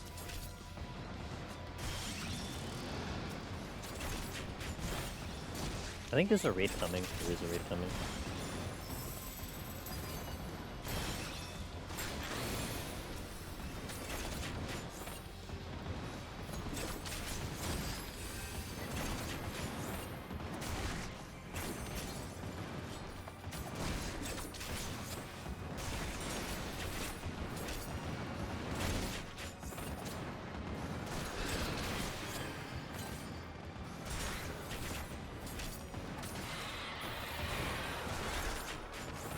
I just want to be healthy, is like intermediate, at least my height rate. Gotcha, okay, that's fair, got it.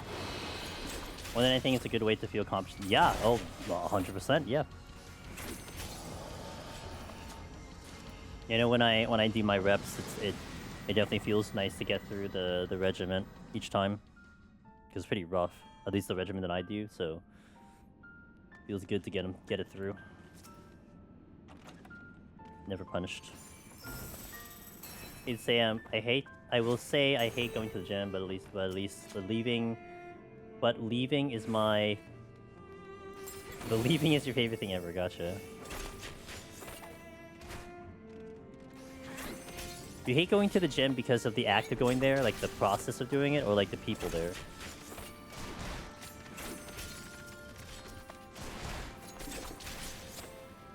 Wonder if they would make a variant Criterion with OC Phantom Dots this time around. Fair. I don't know, that sounds complicated though. That doesn't sound like a Yoshi P thing to do.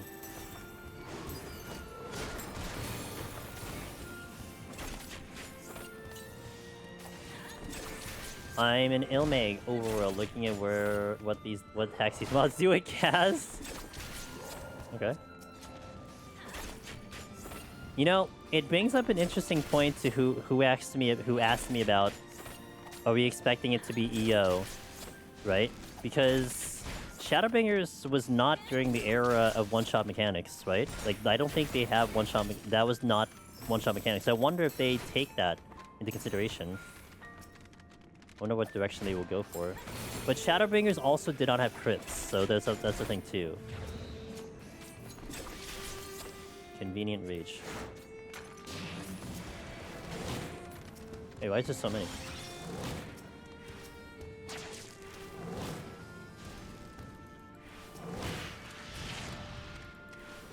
Pukas are the new owls. Which are the pukas? Focus. Focus.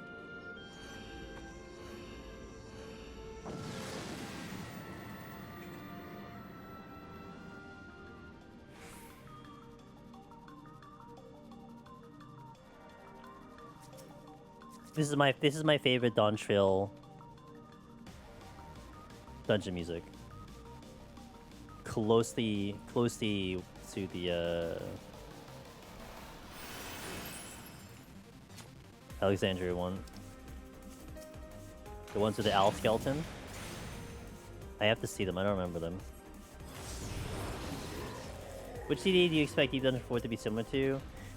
Yeah, I mean certainly not Palace in Heaven on High, like that's for sure. But I also don't think it's gonna be. I feel like it may not be like a one-to-one representation of EO with the one-shot mechanics, maybe. But I kind of hope not. Maybe that's bias on my part, but.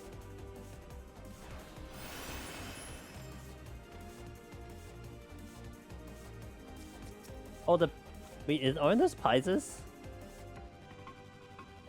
I know them as the Paises, right? The little dorky things.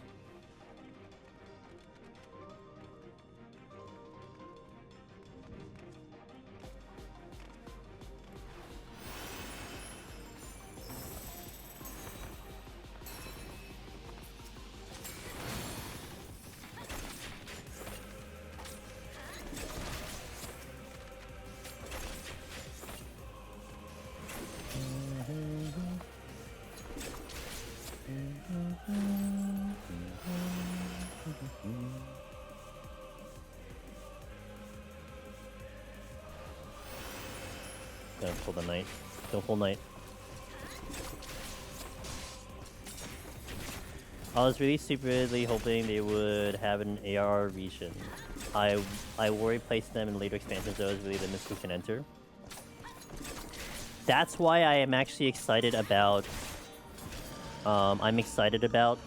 Pilgrim's Traverse, because it only requires up to Endwalker. You don't even need to do DT.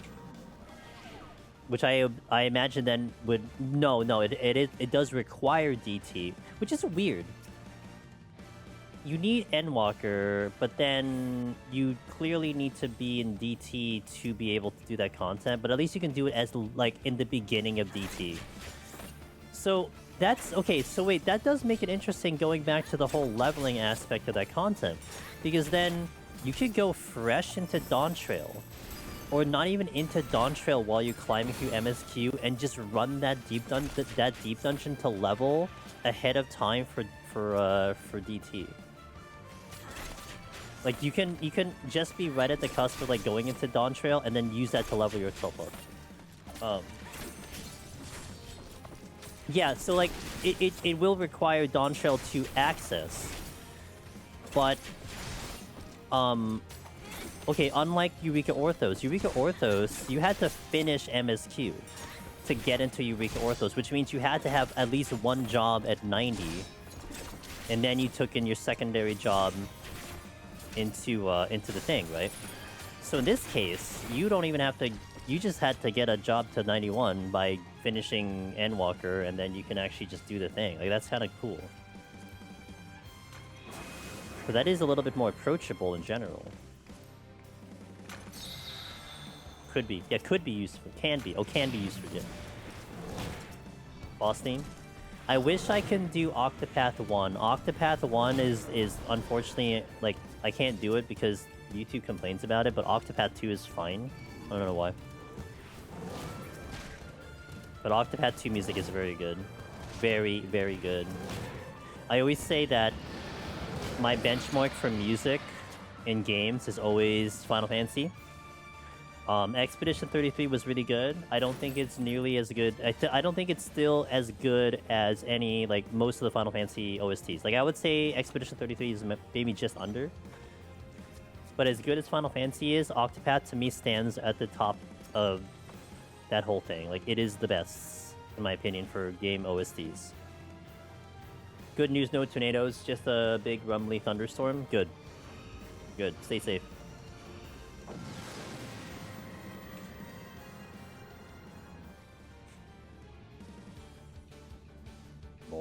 It's a path.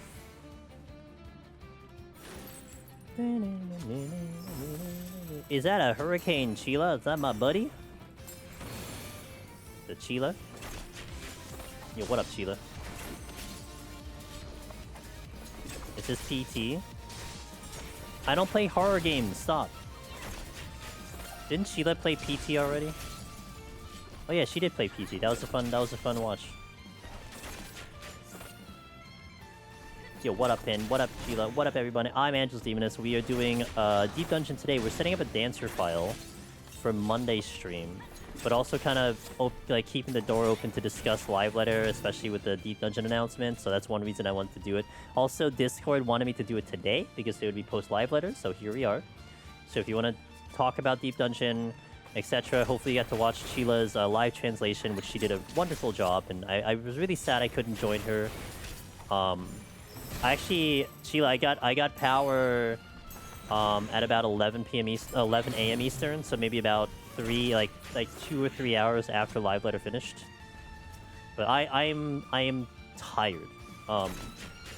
So like I had bad sleep, right? Because we didn't have power, so my sleep was trash. I woke up for live letter, and directly after live letter, I took a shower and I was out of the house the entire day. I got to sneak in like a 30-minute nap in between.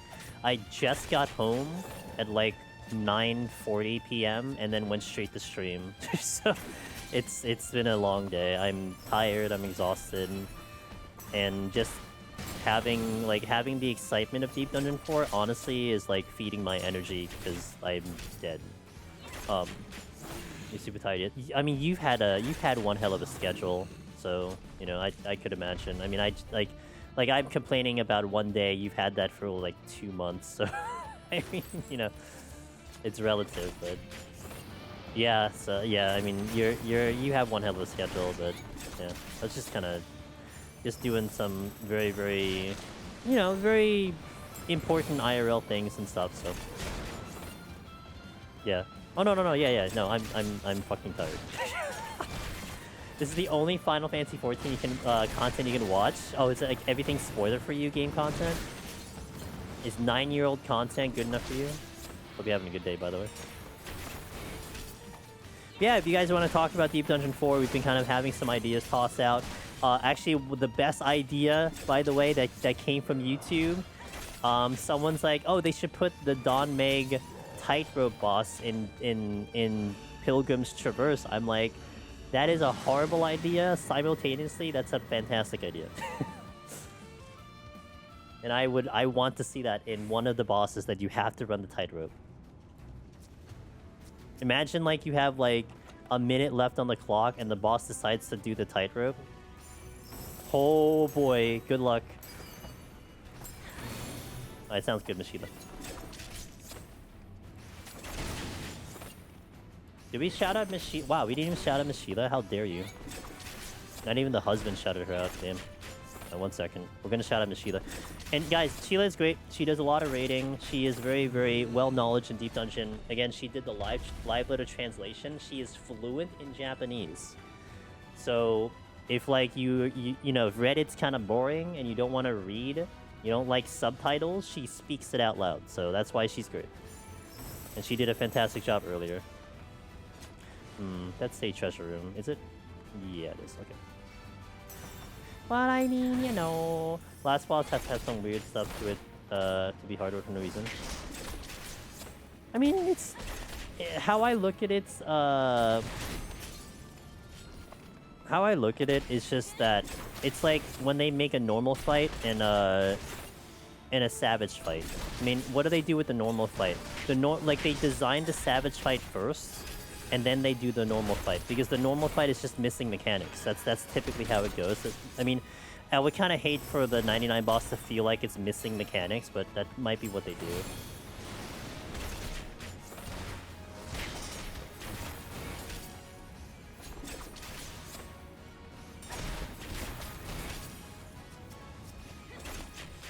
Instead of damning phones, we get little fairy thingers to come by and talk shit to baddies. Well, they may or may not do things. I think that'll be the fun part of the fairies, that they may or may not do things. You summon one and it's like, you know what, I'm not in the mood today. I'm like, oh great. Okay, well. Yo, what up, Cog? Cog, have you got back into Dune? I am actually itching to get back into Dune. I was scaling a mountain when I lost power yesterday. I haven't been able to get back in because I was so busy today. I'll play it tomorrow though, but I'm actually having a lot of fun with Dune. It's just like a nice grind. You go explore, you try to... It almost feels like you are immersing yourself into the RP of Dune. I take my freaking bike, I need to go get materials, I travel like 90 miles away, stock it up, and I try to make it back alive. Like, that's just all it is. Like, it's nothing overly exciting, but it's just a good time. Oh, well. Could have given me that earlier, but whatever.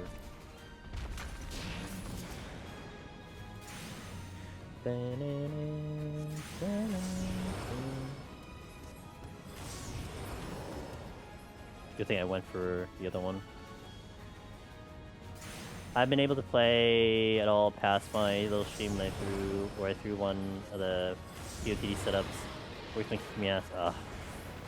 Yeah, I guess all of us are getting our asses kicked with IRL. But people need their ice cream, I imagine.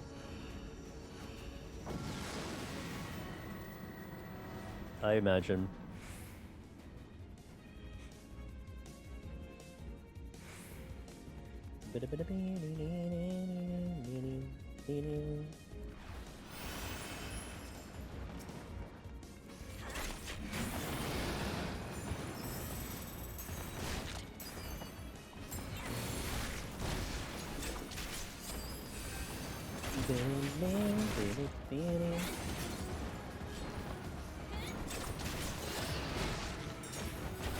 I feel lazy and I want a resolution. I think I will.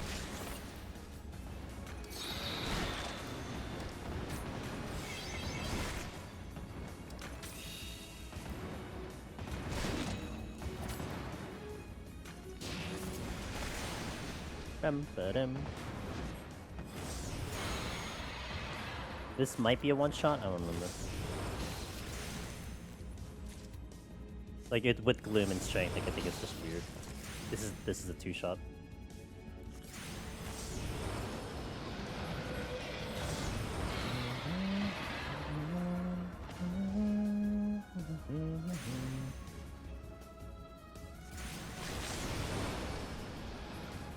Wow, that actually interrupted me. Nice. Pro gaming on that one.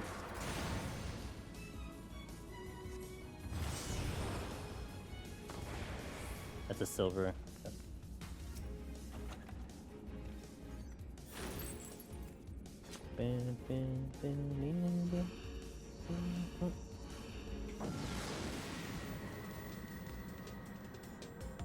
Ah, the best song. Bow wow wow. Wanna stop by and say hi? Stop by and say hi. Gotta be up in 6 hours to work.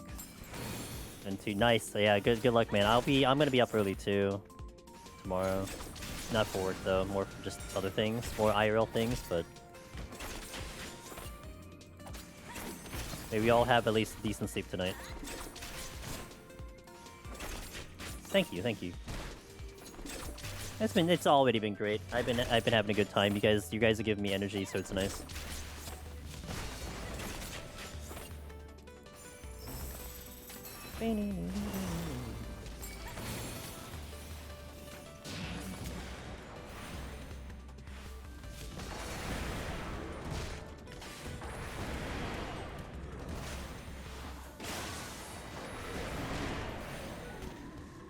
Working harder than Cog, in fact.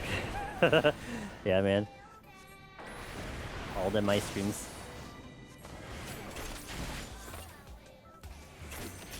Go all out, little stamp. Fight for us, little stamp.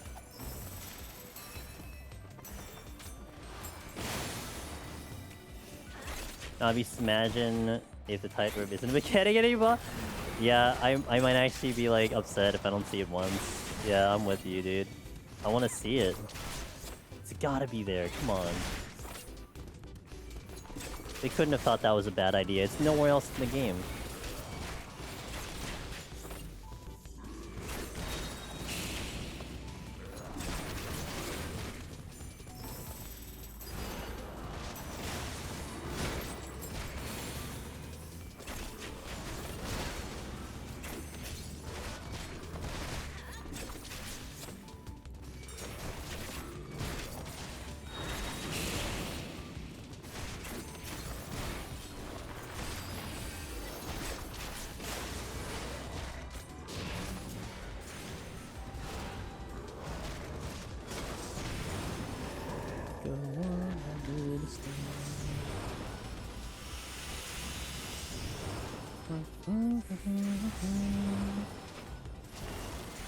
By the way, when Final Fantasy VII Remake Part 3 comes out, or rather, when it's about to come out, I do have the PC version of Rebirth that I got as a code from ScoreNext, and we are totally replaying the game for the story.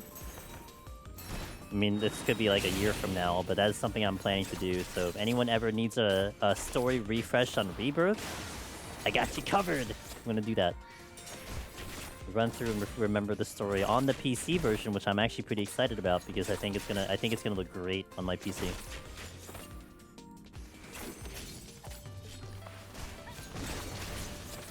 Which is kind of sad, almost only because if I only do MSQ, I actually don't hear this song because this song plays on side quests. It's a side quest thing. It's not an MSQ thing.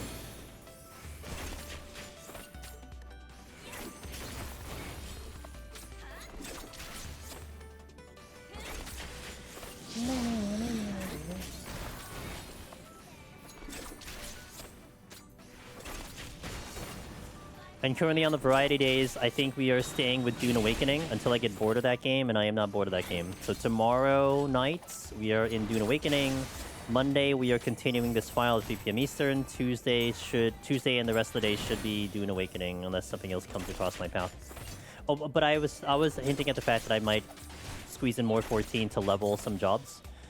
I just need to be in the mood for it. I think that will happen maybe in 7.3 when we get closer to Deep Dungeon. Because I do need to get a couple jobs to 91. I need to check actually. I'll do it after this floor set. I don't think I have everything at 91. I need to get everything at 91. Because I need to get it. I need to be able to do them in Deep Dungeon. So in PT.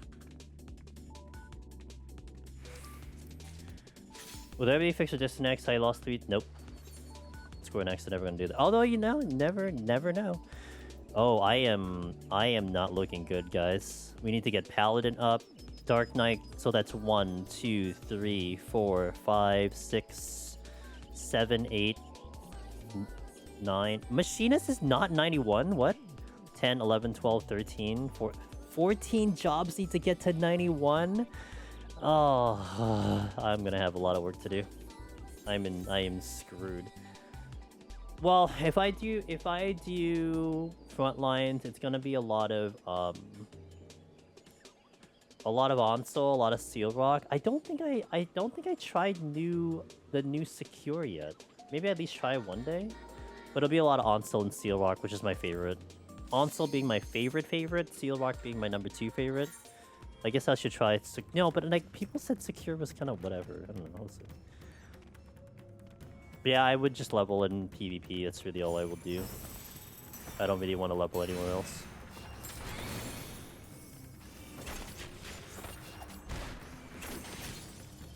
Yeah, I'm actually surprised Machinist isn't actually 91.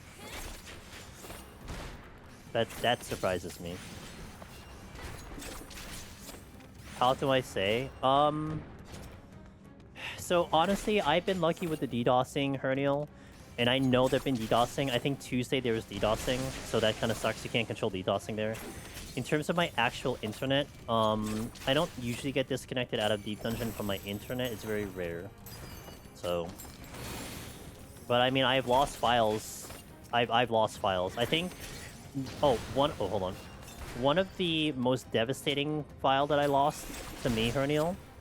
I was setting up a live tutorial for Machinist back in 2 expansions ago or something, I lose the file to 193 because I think my power went out or my internet went out. So that whole thing got scuffed because I had to showcase it in its completion and I didn't complete it, so I had to redo the entire tutorial from 1 to 200 because of a disconnect.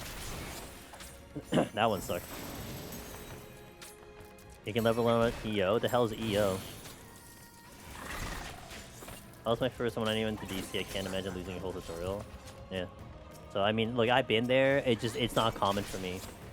Now, Herniel, are you losing it to the game or are you using it to like 90k? Like what's going on? I mean, the 90ks might be something you could have control over or DirectX error, but if it's the game, then that's just kind of you just kind of shrug your shoulders because if someone just wants to be a jerk, then they're gonna be a jerk. 90k. So not your internet or like the game. I think I asked that question badly because even if you get DDoS, it's gonna be 90k anyway.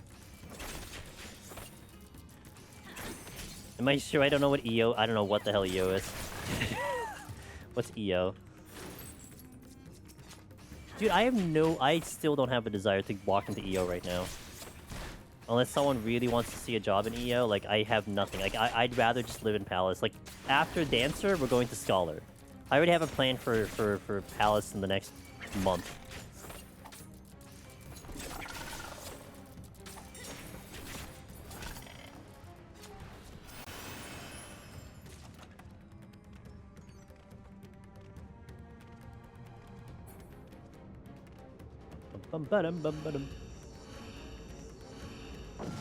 Oh, I was supposed to hit an ad. Shoot.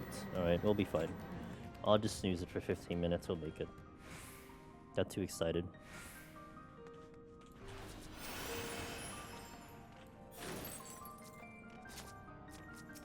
Leveling EO is not a thing. No, it's not an ideal thing.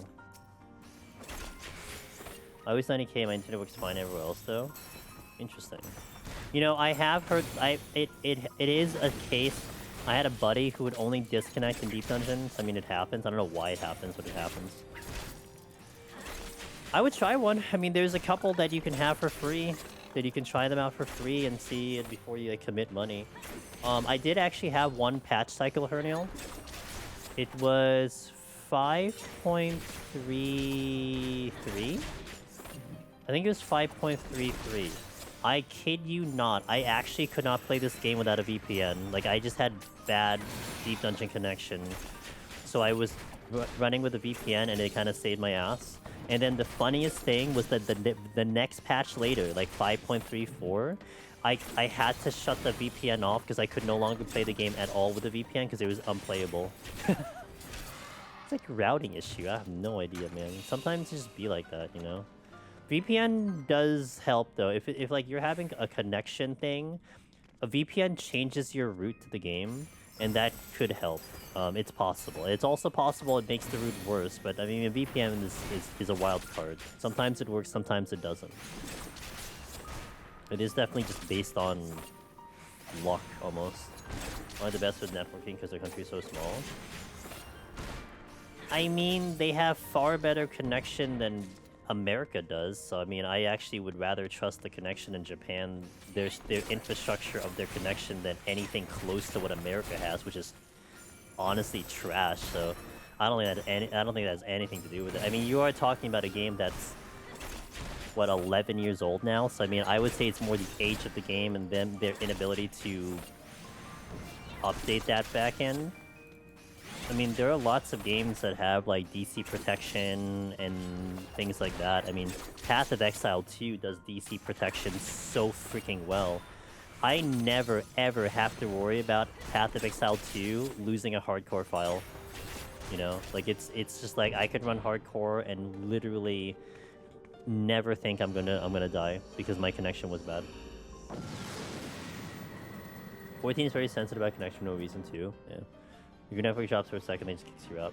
The infrastructure of the connection is 10 times better. I mean, the fact that they don't have to worry about high ping in general, like Western devs, so I've noticed network ping is usually not as good. Well, it is always funny to me, Herniel, how there was still that point in time when Yoshi P didn't believe there was a ping issue. Like, wait, you guys are lagging in game? And I'm like, it is like, have you never played to a different region? How do you not know there's a ping issue? Like, there's a horrible ping issue in 14. But anyway, that was funny.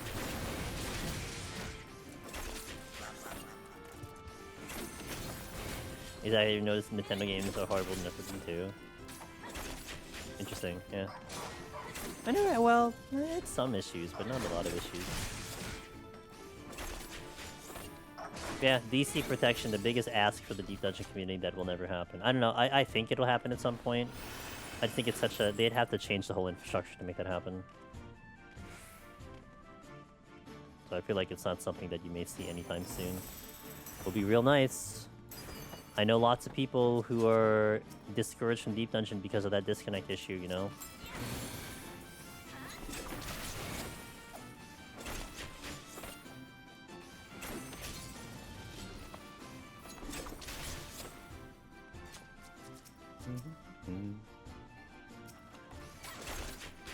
Have you the 24-hour trick? Oh, of course I've heard of it. Of course I've heard of it. I would be very disappointed if there's something in Deep Dungeon related that I don't know about. Like, I would be upset with myself, so... So, like, does it work? I mean, the best way I can put it is that it has worked. It's just... It isn't something that I would say you want to rely on. Like, I definitely would say, like, hey, if you disconnect, try not logging in for 24 hours, you know, why not? You have nothing to lose. I wouldn't say it's a sure shot, but people have definitely reported it being successful. I would say people have reported it being more successful than logging back in immediately. That's another way to look at it. You may have already talked about it, but hard mode boss requires 4 people or 5th. Yes, it does. Well, okay, if you really want to dissect the wording, Darth, I mean, they said you can queue in with 4 people. But, I mean, yeah, it leads into the fact that it's probably a four-man fight. But the thing is, too, Darth, like, I mean, I would really like to try to do that fight solo, but here's your small issue. 1, because it's a separate instance duty, then it has nothing to do with Deep Dungeon, which means it has nothing to do with Etherpool, and it has nothing to do with Pomanders. So that kind of would lean into the fact that, like, maybe if you had access to Strength and Steel, it would be okay, but you probably don't. So it probably is just like a criterion fight, what some people are suggesting. I don't want to wait 24 hours for like 50% chance anyways. I'm in PoTD mood. Yeah. Yeah, no, I don't wait. I mean, like, okay, Herniel, I will tell you from personal experience. The quote-unquote 24-hour trick, I did have it work for me. I lost the file at 170, and I came back and it was still there. But you know what happened to me, Herniel? I lost power. And literally, it's like, guys, I lost power, can't go back. And I didn't gain power for like a couple hours, so I mean, I wasn't logging back in anyway. You know, like it was one of those situations where it wasn't a choice whether I waited 24 hours or waited an X period of time. I had no choice because I didn't have power. I couldn't log in if I wanted to. So, like, I had situations like that, and it just so happened that the file did get saved because, you know, I just didn't log in long enough. But I get you. Look, if I DC on stream, Herniel, you probably see me go right back in. Like, never do I just be like, guys, I'm done. See ya. Bye. You know? Like, yeah, you know, anyway, I'm going to do the 24-hour trick so I can't log into the game, and let's go raid someone, you know? I will go right back in because that's just who I am. We fail, we go in. That's it. We fail, we try to fix it again. I don't like failing. I don't like losing. Maybe it requires unlocking 99 boss, so am I use Etherpool? Yeah, it might. Like, Darth, I'm very interested to see how they're going to set this thing up because it's new. It's just, I guess my hunch kind of is like, I guess you don't need Etherpool. I mean, because here's one way to think about it, Darth. Maybe they assume that people wouldn't be doing that boss unless you were 99.99, and if everyone is going to be quote-unquote 99.99, then you may as well just remove the restriction and just go in normal, right? So it's almost like they don't need to worry about scaling that point. That's just standard for them, I suppose. So, I mean, it just kind of comes down to what they're going to do with it. So I'm interested to see what it is, but if it's only a 4-man thing, you probably don't see me doing it. Unless there's a good reward. If there's a nice reward, then I would probably think on it.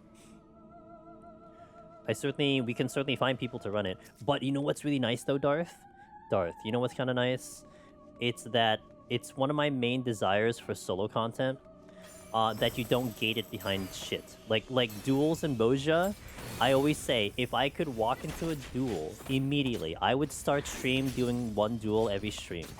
But it's a process that takes, what, 2 to 4 hours just to set one fight up, and that's if I get to the fight. And it's awful. So being able to walk into that fight with no other requirements, you literally queue in, boom, hard mode fight, that's kind of nice. And you can run it with the community and just try to do that fight, especially if the reward is nice, like, you know, like that. I could think about a community thing. It only comes down to the rewards, though. I'm not gonna do it willy-nilly unless I'm actually benefiting from it. But that could be kind of cool. Make it turbo hard man ultimate content, please. Make it singular try. Make it singular try back to one to the next. Like you get like a token to have the chance to run the fight. That would be kind of funny. Whoa, dude, that actually sounds... What if that's a way to use your token that you win at floor 100? Oh, that would be so MMO. That would be so classic MMO. Here's your token. You can get an accessory, or you can fight this fight. Oh, that would be... Okay, that would actually make me interested in doing it. Because now it's like you can't F up. Like, you can't just keep running it, right? That would be kind of cool. There's no way they'd do that. I don't think that's going to happen, but that would be kind of cool. That would be kind of cool.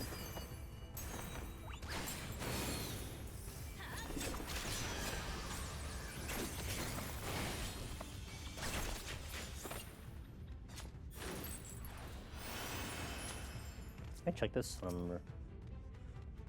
No, I don't think I checked. You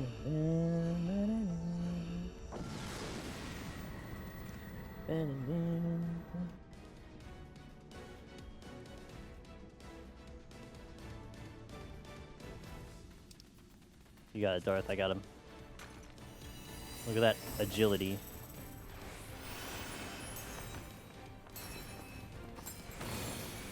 Oh, I didn't mean to get all three, but I guess here we are.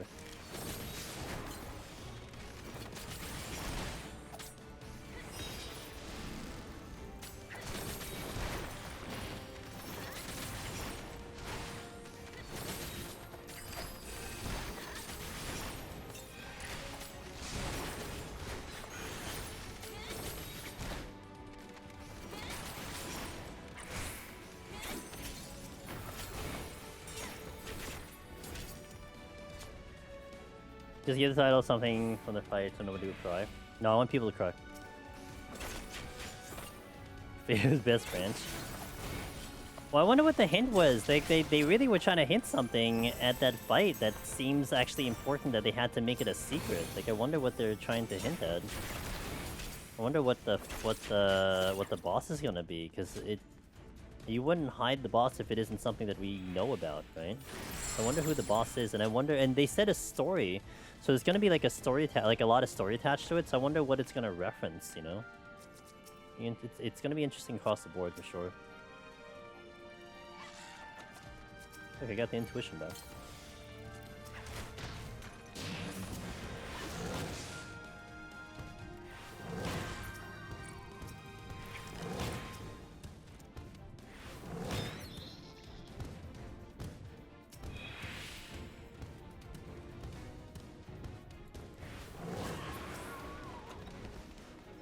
Tawny form? You think it's like a good guy? You think it's just good guy having fun or something?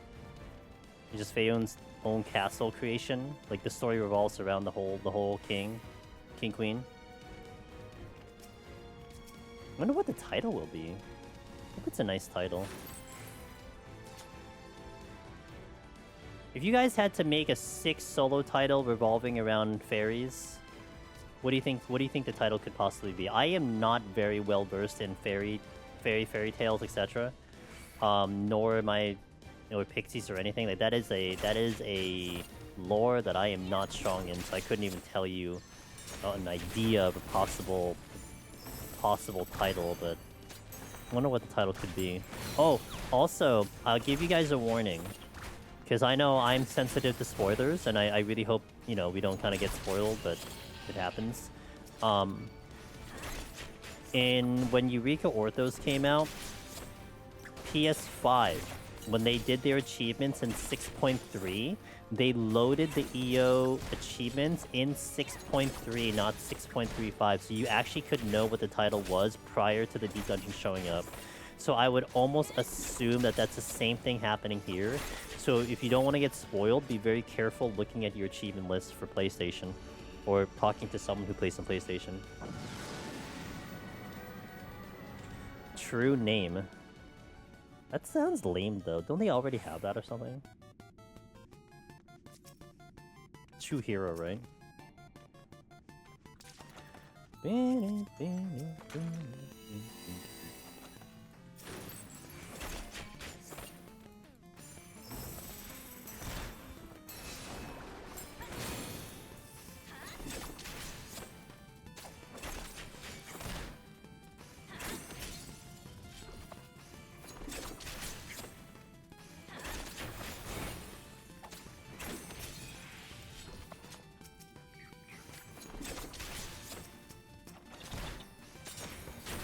Hey, Super Pink Pillow, thank you for the 26 months of support. I appreciate you. Thank you, thank you, thank you.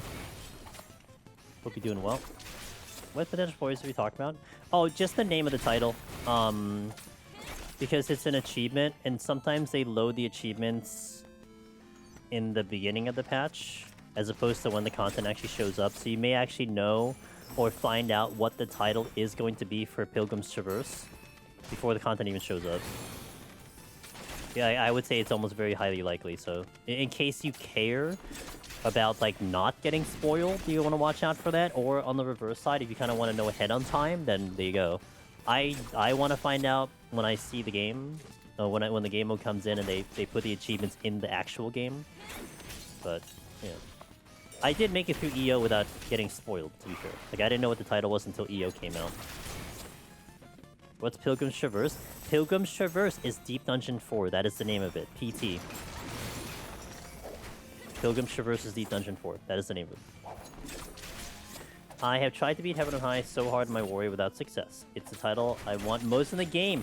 Game Velocity, I am cheering you on. And if at any point you need questions, you want to clear up anything, talk to me. We'll help you out, and we'll try to help you get that title.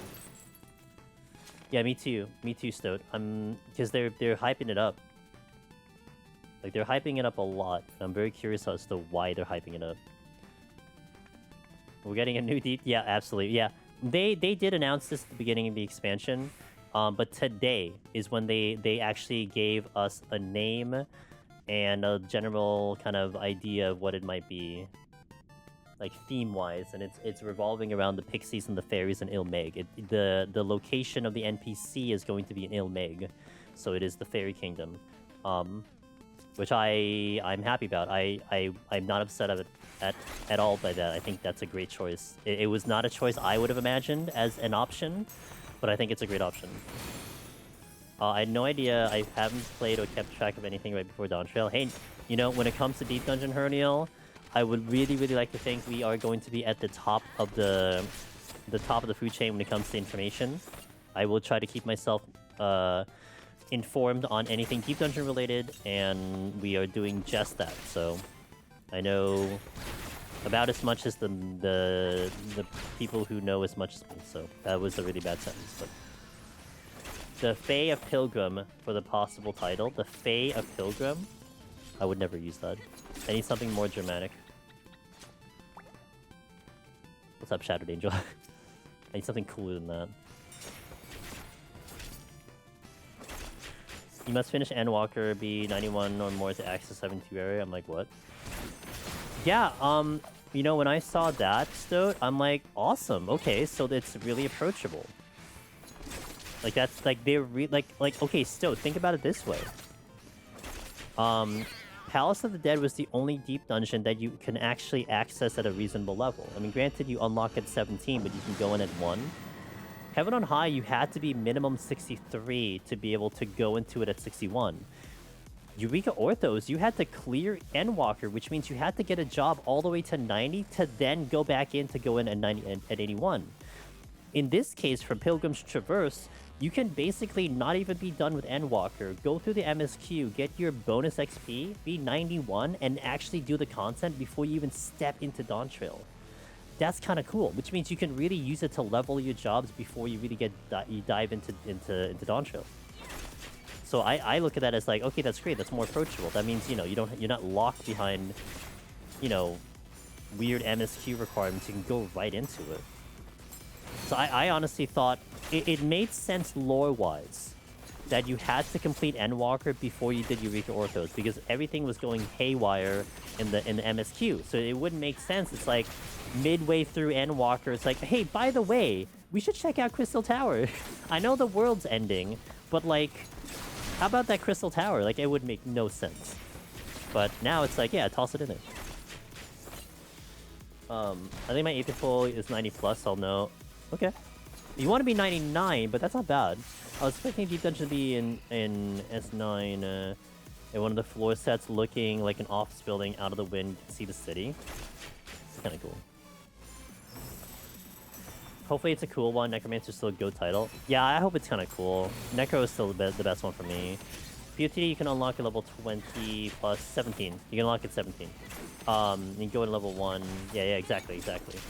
It seems off to you? No, it doesn't seem off to me at all. They did want to position... They wanted to position Deep Dungeon 4 as a solid leveling tool for people. Like, they explicitly said that. Not in Live Letter, but they said that in another interview. So, putting it that early does position it to be a very good option to level. So, hopefully it is going to be more approachable for people to use it for leveling. So we don't know if we can go into higher than 100. Having 2D dungeons at 90 is still odd to you. Wait, what do you mean 2D dungeons at 90? EO is 81 to 90. And then this one will be 91 to 100, so it's kind of as you would expect it. Unless you mean like the area that it's in. But it's still going to be level locked at 91 plus. My favorite is Once in Future. Once in Future was nice. I had an affinity to the whole King Arthur story. Necromancer is just more my speed because I love that class in other games. So it's a little bit more memorable to me. Best way I can put it. My favorite battle theme, period.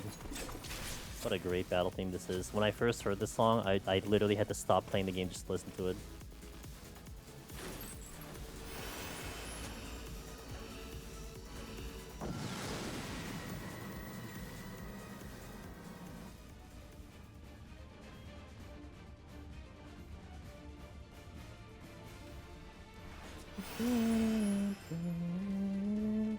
Oh, here's the question, guys. Do you think you're gonna hear Dawntrail battle theme, or do you think we're going to hear Endwalker battle theme? Like, do you think we're gonna hear this boss theme?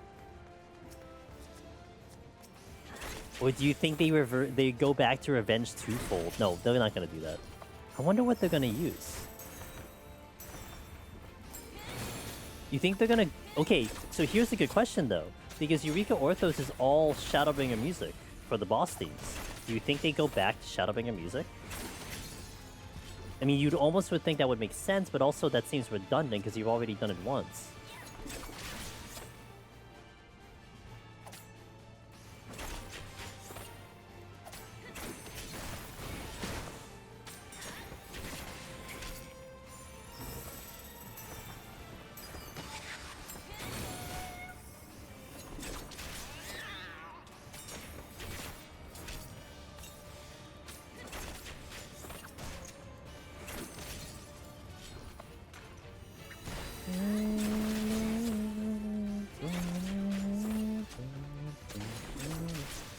There's a lot of shit.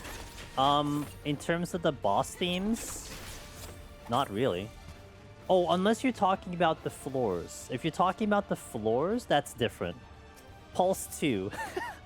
Pulse 2 is gonna show up, guys. You're gonna hear tracks from Pulse 2. The floors? Oh, the floors. No, I would say the floors are going to have everything, like you said. It's gonna, yeah, I would agree. Shadowbringer and above, you're gonna hear like Dawntrail dungeons. No, I was thinking more the boss themes. Like, which boss themes do you think they're gonna use? Because EO was using Shadowbringer boss themes. Like Heaven on High Palace used Revenge twofold nonstop, which is you know memorable to me. But then they went into Shadowbringer boss themes, which is why I always made that comment about how I think Eureka Orthos was supposed to be the Shadowbringer Deep dungeon. But now, what do you think they go with now? Do you think they insert Dawntrail boss themes like again this one that's playing, or do they go back to Endwalker with Finality? I like Finality. Finality was a great boss theme.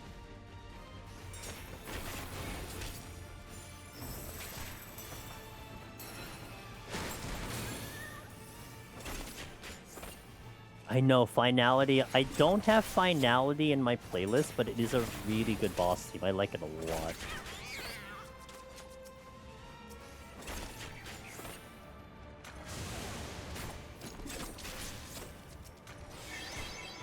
On Blade Jazz will be 100% there.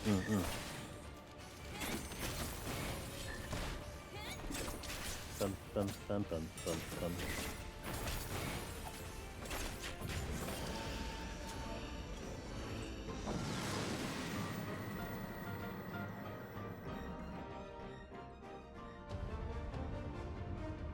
See, this, man, if they bring this back, I am going to have a smile on my face. If they don't do any of the other boss themes and they do this one, I will have a smile on my face.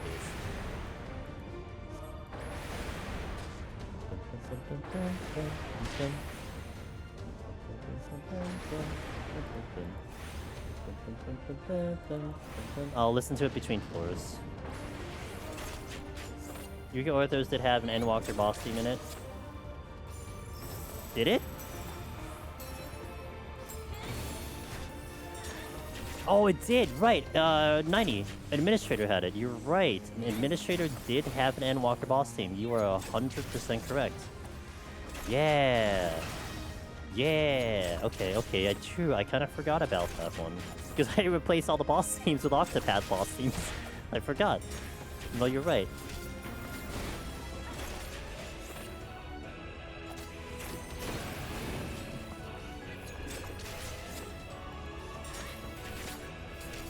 Theo has Cursed Shiva mix. No. I'm gonna show you Cursed mix after the next floor. But I do have to hit ads, but when we walk into the next set, I'll show you the next Cursed Pulse 2 theme that is gonna be great. It kind of fits the Elegant Zone. Do you think so? Well, I think the ones they chose, maybe. I thought it was actually funny because all of the songs that they picked, except for one, are every song that is not in my playlist. All the songs that I picked on my playlist never play in Eureka Orthos. I picked the good ones too. Let's be real, all the fights in EO, that one deserved the Endwalker track. It's a good one. I mean, 90 is, I would say Administrator is still my favorite boss fight. I think of all of Deep Dungeon. Well, aside from the memories of Godfather and Behemoth, like those are different. But I think in terms of like mechanics, that was definitely my favorite boss fight. And man, do I hope. I know Dawntrail was a lot faster with mechanics, and Administrator made me kind of made me think of that. So if a lot of the boss teams are like that, I'll be pretty happy. Because I do like the faster paced boss teams, the boss fights.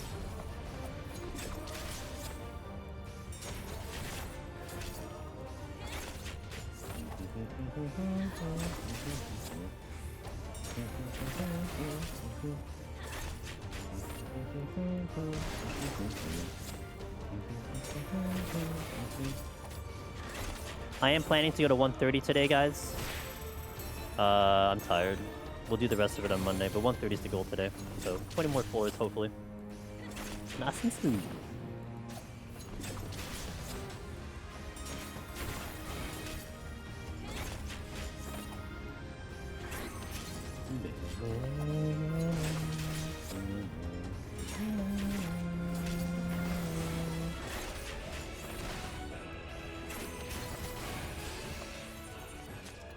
Let me hear this one. If it's loud, I apologize. Oh, it's not gonna be loud. Oh yeah, this one. This is the one that plays in... No, this is not the one that plays. Is this the one that plays in 90? Survey belly theme is a big outliner. I thought... See, I thought that was great. Yeah, this is the one that plays at 90. You're right. Yeah. On Blade's Edge. Yeah. You're right. So, I don't know if you ever heard me talk about the lore, the possible lore of Survey Belly Song when we first heard it. So, I know it's Survey Belly Song, right? You're in the Survey Belly, you hear the music playing like almost like a subwoofer, like a club thing. You know what I thought of that song when I first heard it? Because you are directly under Crystal Tower, I was saying, oh, someone queued into Crystal Tower and they're in the final boss, the big Acheron dude. And they triggered the BGM, so now it's reverberating down to the basement level of Crystal Tower. Like that was how I was envisioning it. Like you went to a club and then you went to the bathroom and the music is still pumping out there. It's just there. It's like muffled. That's how I thought about it. I'm like, that's actually that's actually a pretty badass way of thinking about it, you know? What up, Aida? Just finished watching the Wuwa Solaris side story fan creation special program. It was so funny and cute too. Was it? Did you see Luba? Isn't that who you're trying to pull? Anyway, let me hit some ads here, and then I will play the song that you're going to hear in the next Deep Dungeon. And it's going to be so appropriate considering it's the fairies. So, thank you for watching, guys. 3 minutes, and we got 20 more floors to go. I'll see you in a little bit. BRB. Go here. Okay, so let me enter the floor, and then let's do that. Hold on. Let's also get some food on.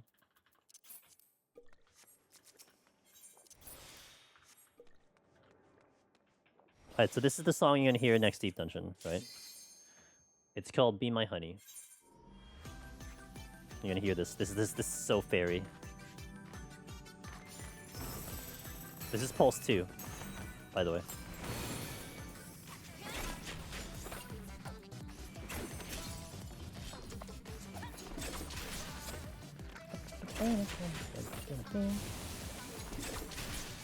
I would totally expect this song to be in the fairies.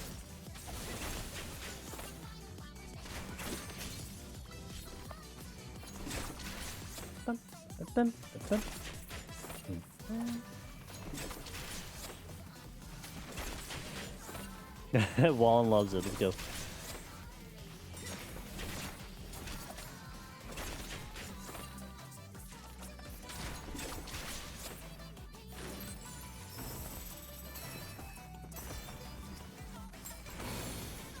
Oh my god, I missed.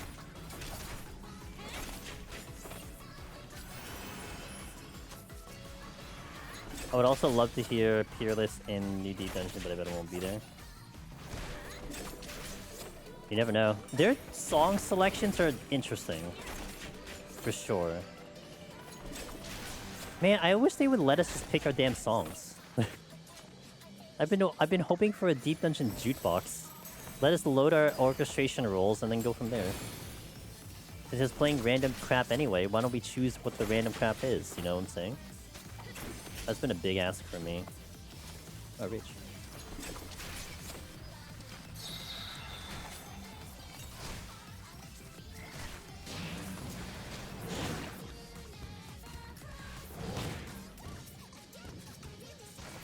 Ooh.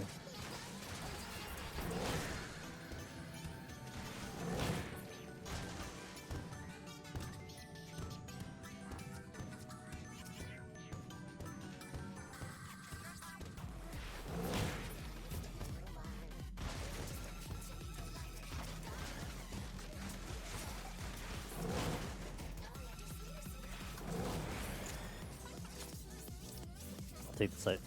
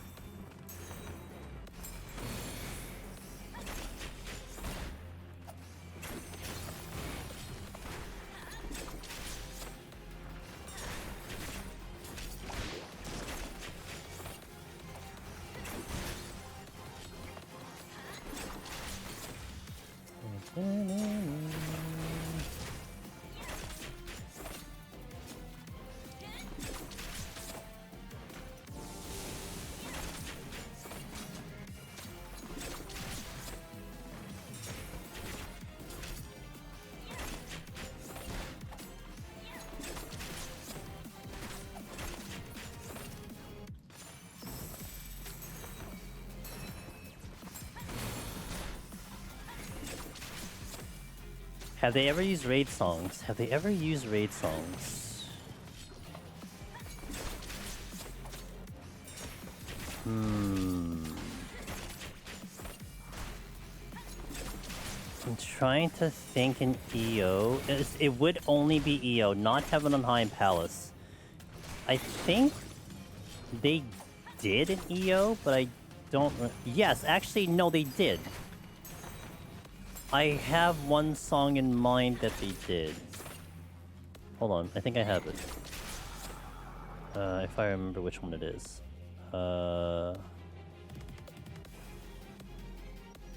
It's one of those things where it's better played than...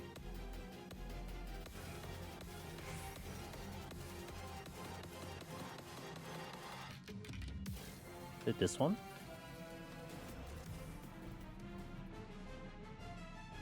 No, not this one.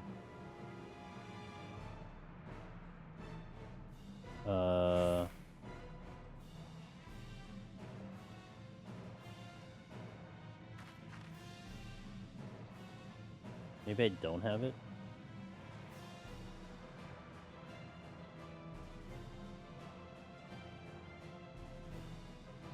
I have too many songs.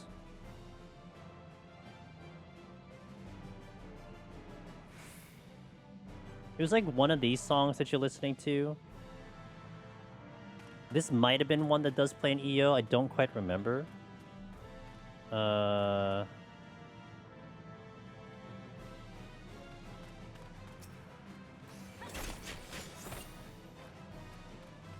this is not a raid song. It was like one of the...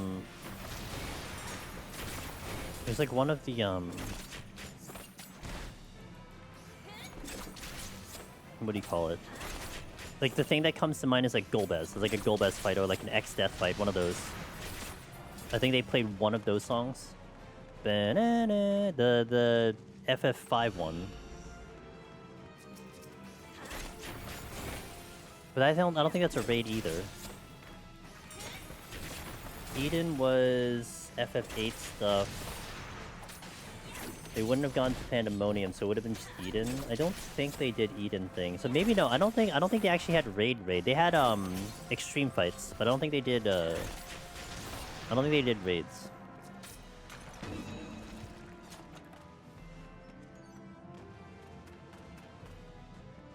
Yeah, it's a good question.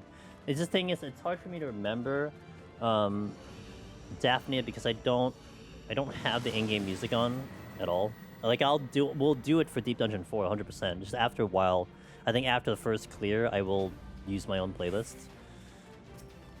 But we'll definitely play All Natural when Deep Dungeon 4 comes into play.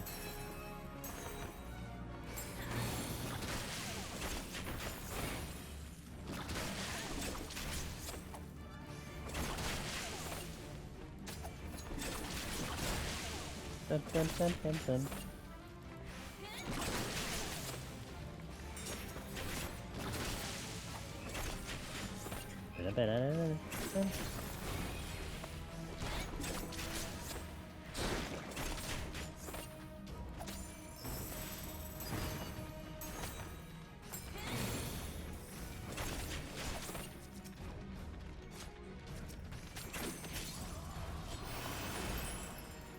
I'm gonna use a strength, I'm lazy.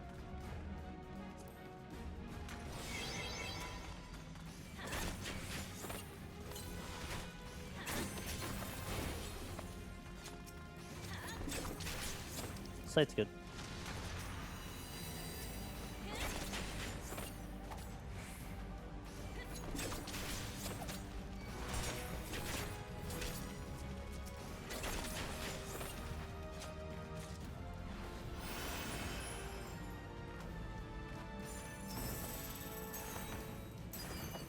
Oh, I thought that was a landmine. I almost ran into it. Hey, no one asked you to join the party. Got my strength back. Hell yeah, brother. I keep hitting the wrong thing, which is not good.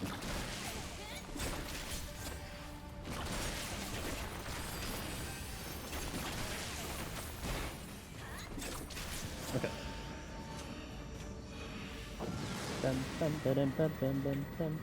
I need more water.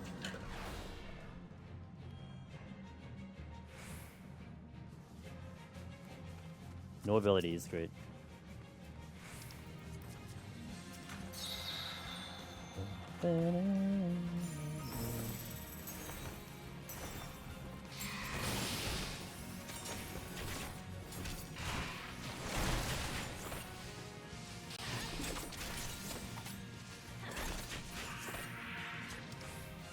Useful on this type of floor.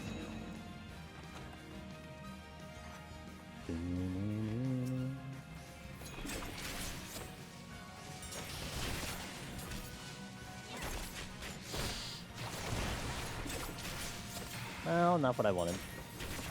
Less than ideal. Because I'm gonna get double poison here.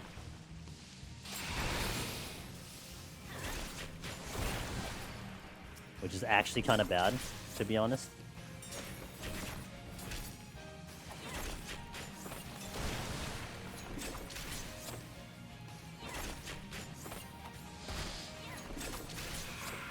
Okay, now we're okay. I think it dropped the chest. I'm not gonna go back, I'm lazy.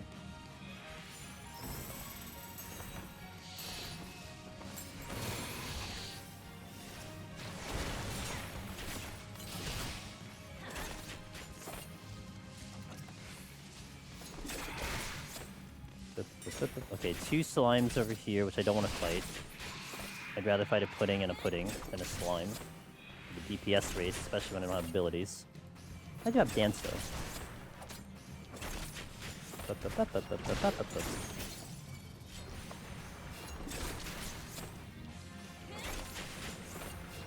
430 from EO. I guess technically that's a raid. Yeah, I guess that's a... Which one is that one? I'm not overly familiar with Coil Behemoth. Which fight does that play on? Oh, that's not a good idea. Because I can't interrupt the thing, which is whatever. I'll take the pox, obviously. Gonna have to. Don't have a choice.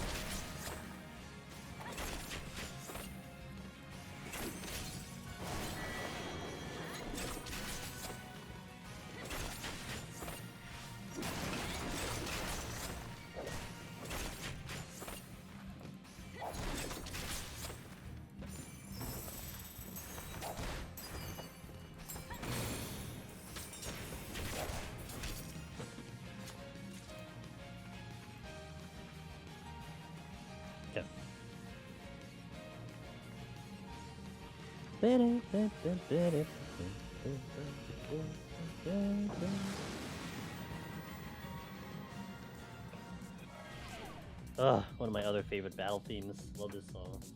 Every time I hear this, I kind of want to go back to FF10-2. Ah, 13-2, sorry, 13-2.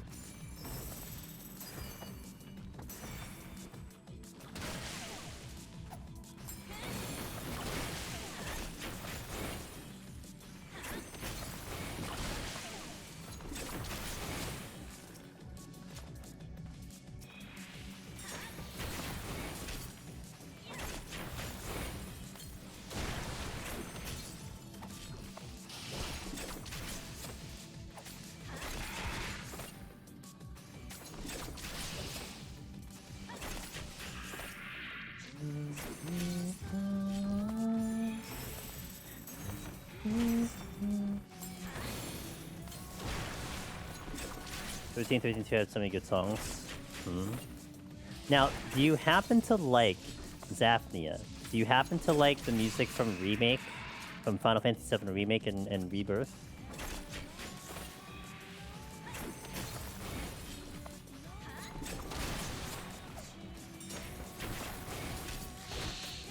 If you've heard of them. If you haven't heard of them, then it's fine.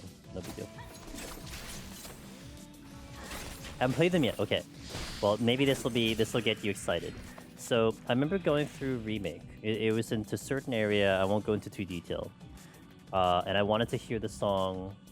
I wanted to hear the song. It's actually my raid song. Whenever anyone raids, it's the song I use for raid.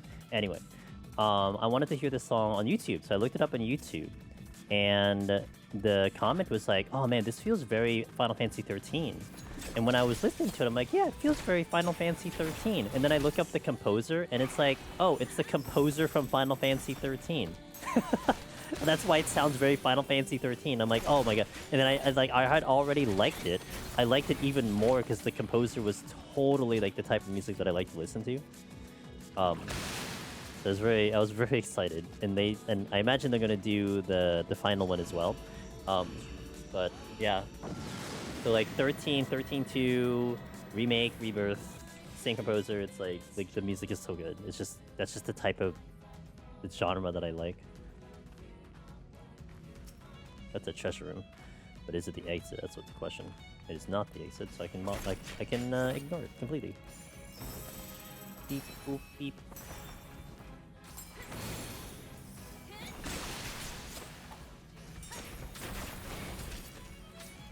I still yet to finish Remake, even though I love 7. Hey, you still got time before they announce 3. I mean, I don't think that's happening anytime soon, so there's still a lot of time to like get that in. I played those games immediately on release. I still remember when Remake came out during the pandemic. And they got delayed and everything. Ugh. Which bosses would you want to challenge in the new D dungeon? Mid, major, final boss? Which bosses would you want to challenge? Like, just based on floor number? Is that what you're talking about? Well, EO had a very promising 90 boss. The 90 bosses are definitely usually interesting. I mean, you're looking at Godfather, Onra, and now Administrator. I think currently Onra's boring, but the only reason why Onra's boring is because we have a strategy for it. At the time we were trying to figure out the strategy, it was really, really fun. So I mean, it had its fun era, if you will.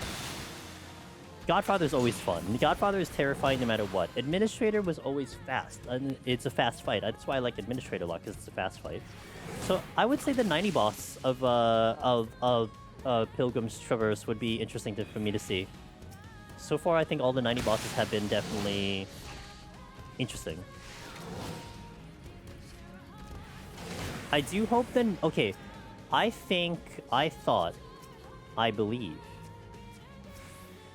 that the 99 boss is easier than Administrator. Oh, you're blind, AF. I think it's easier than Administrator, and I would really, really like it that I really want to look into the 99 boss and feel like I am threatened by the existence of this thing. That's how I want to feel when it comes to that fight. You know? Because, like, okay, once you get 99 down, it's an execution thing. And once you can execute, it's whatever. Like, honestly, it's not that bad. I mean, X-Flamius can get a little spicy, but everything else is kind of whatever. And the only reason you lose is just because you just lost concentration. Which, it's like, there's a lot of ways you can lose something. Like, you can fail something and, you know, create a loss. But basically, because you lost concentration to me is not exciting. I want to lose because I tried so damn hard, and it's still really hard. Like, that's a way for me to fail. That the fight was so complex that I couldn't actually keep up with it, and I failed. Not because I wasn't concentrated, I was concentrated AF. It's just, it's a really hard fight, and that's how I want to lose. And that's what I hope 99 would be. It was just, it's a mechanically difficult fight that will take rough execution, and I would walk into 91 thinking I will not have a victory lap, you know? Because even EO, I can walk into 91 EO, I can set myself up and say, okay, whatever, haha. I don't care about the 99 boss, it's just gonna eat up time. I want to look into that 99 boss and feel threatened that I'm going to possibly fail because I have to run through this fight. It's almost like how you feel with Godfather to some extent, or Behemoth on some jobs. Like, that's how I want to feel. Is that there is this fight that exists that is looming, that it's causing me anxiety, you know?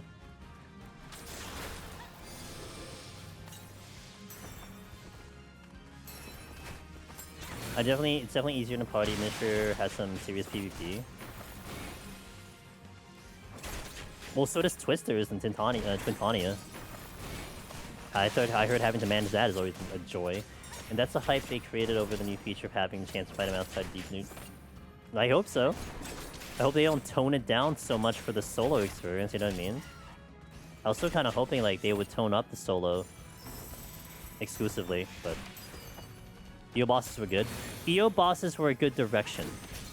I think some of the bosses were a lot and much. Like the floor 10 boss, it's just a sponge. The floor 30 boss is a sponge. It just takes so long to get rid of. But it was definitely like, I would definitely take that over what Heaven on High was, for sure. Where Heaven on High was very boring bosses. Like, the bosses were just there to suck up time. That's why they existed, you know? With the exception of Onra, which took some effort. I just missed. It was bad.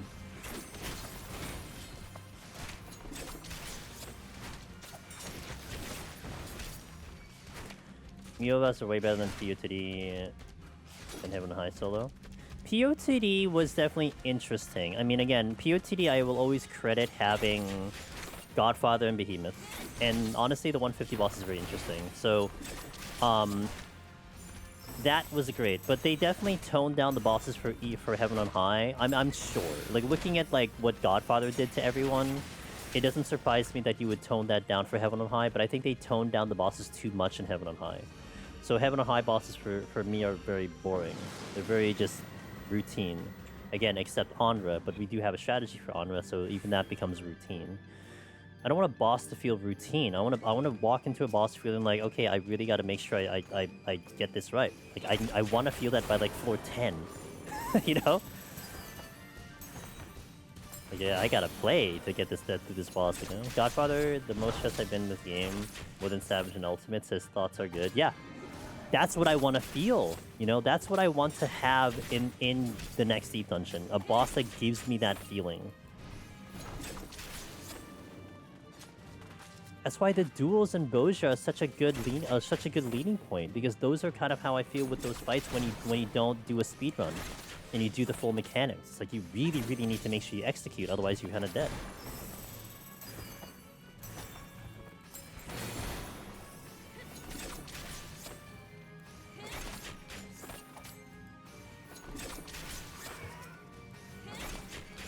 EO bosses are more interesting mech-wise, but certain styles of City are a pain in certain bosses. Also love logging out and doing Deep Dungeon just to watch more Deep Dungeon. Silver, I got you, man. I'm gonna be here till 1:30, so you gotta let at least 12 more floors. Godfather gives me the feeling like it hits like a truck. It's not mechanically hard though. But I think what makes that fight complex is that, yeah, it's not mechanically hard at all, but it makes you think in like a very complex way. You have to manage your heals. You have to manage a crit. You have to make sure you position it correctly. Like, there's a lot of things you need to execute to make sure that fight goes smooth, as opposed to just running left and right and dodging AoEs. Like, it's more to it. Managing your heals, managing your damage, and managing your damage is huge because you can't just run around forever mitigating damage. You have to push that fight in 8 minutes. Otherwise, you're gonna run out of strength and steel. And there's just a lot of that fight that. It's like when you look at difficulties in video games, it isn't just about it making it mechanically hard. Like, there are other ways to make something difficult in a very positive way, you know. Like, you know, the threat that you're at 190, floor 190, if you lose, that's 14 hours gone. Like, that's part of the difficulty, you know. I put 2 free codes in Wu on Discord. You get the Hodol. They're from the fan creation. Thank you. Okay, I gotta do the Honkai one too. Actually, I didn't log into Wu at all today. I think I'm just gonna pass on the daily. Like, I did not have time at all. I'll just sacrifice the day. It's whatever. I mean, I'm done farming too. I'm just kind of surviving in Wu right now. Am I checking out Chrono? You know, I saw ads on Chrono. What's the news on Chrono? I wanna eye it, Night King, but I know nothing about it. I haven't seen any gameplay whatsoever. What's the thought process? Currently, you know what I'm stuck on, Night King? Dune Awakening. That game I like a lot. I don't know how long I'm gonna stay with it, but for what I'm enjoying right now, I'm having a good time with Dune. I love the base building part of it. I love the survival part of it. And I was kind of in the mood for a shooter, so it's kind of just scratching a lot of itches for me. It's a mix between Black Desert and Dark Souls. What part of Black Desert? The appearance and the character creation, or like, I don't, you know, honestly, when anyone mentions Black Desert, all I think about is the character creation. I don't think about, like, I don't even know how that game plays at all. And then you said Dark Souls, so action RPG, tough mechanics, pairing system. I haven't checked out the game yet, but Chrono's similar to New World. Ooh, when you say New World, what I think about is a lot of PvP and factions. Is that true? Is that kind of what you think about it? The whole thing and Dark Soul bosses. Okay. I mean, does it play good? Like I guess that's all that matters. Are the servers good? Does it play good? Anyone know anything about Chrono? What do you call it again? Chrono Odyssey? Chrono... Right? Isn't it called Chrono Odyssey? Yeah, same.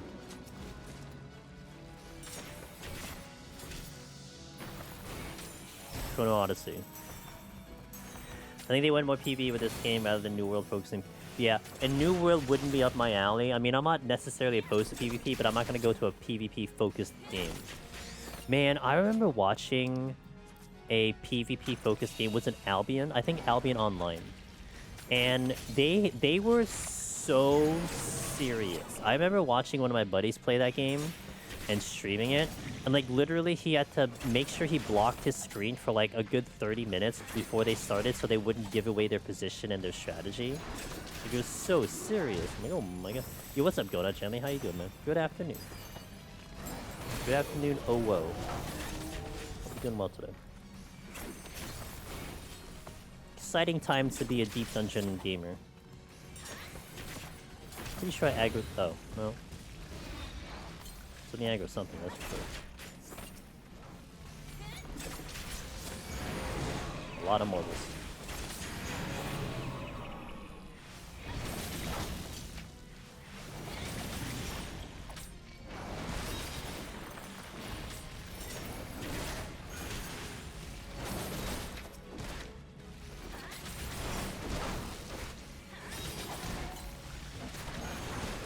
You know, this is playing tactics music, and I'm kind of both happy and not happy that they're gonna keep the original music. I would have loved to hear a modernized version of the tactics music, or an option to hear it. Because if anything, like, I don't know if you guys know about Distant Worlds. Distant Worlds is like the Final Fantasy musical concert. They have a full orchestra and they play Final Fantasy music. Wonderful concert, highly suggest going to it. But I've been to like 6 Distant Worlds, and like the only thing that's ever gonna pull me back into a Distant Worlds, aside from being given tickets for free, if they put tactics music in there. They've never put tactics music in a Distant Worlds, and it's like the one thing I want to hear, you know?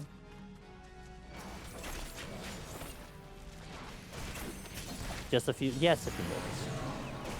Trying to get to the boss in time. Oh, I got hit with that.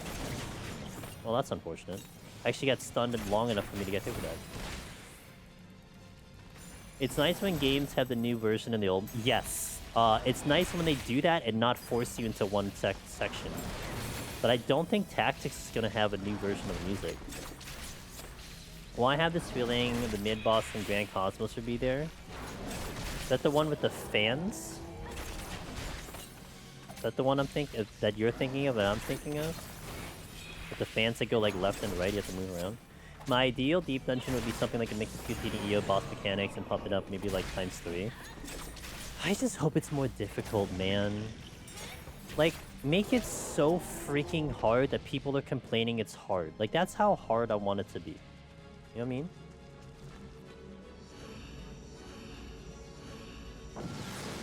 Oops.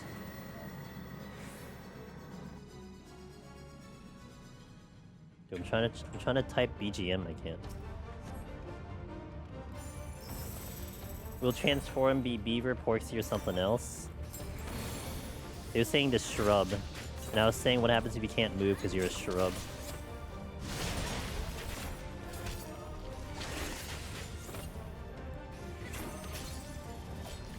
At least they didn't announce the tuning down to match EO. God, they better not touch Palace and Heaven on High ever. What's up, Baxerd?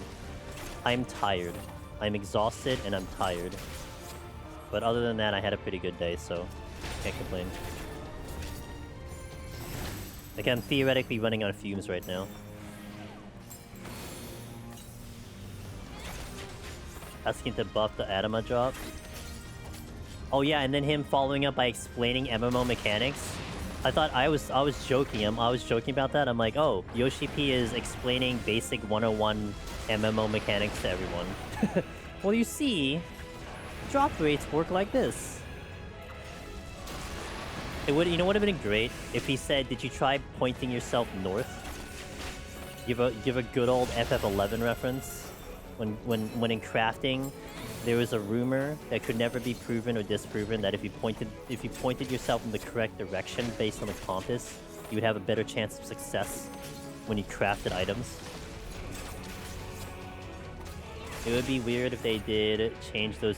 They should never change those original ones. They'd leave it as it is. I don't see any reason why they should ever adjust the old defensions. There's a certain special feeling with them because they are the way they are. Like, if you're going to change something, do it on the new defension, you know?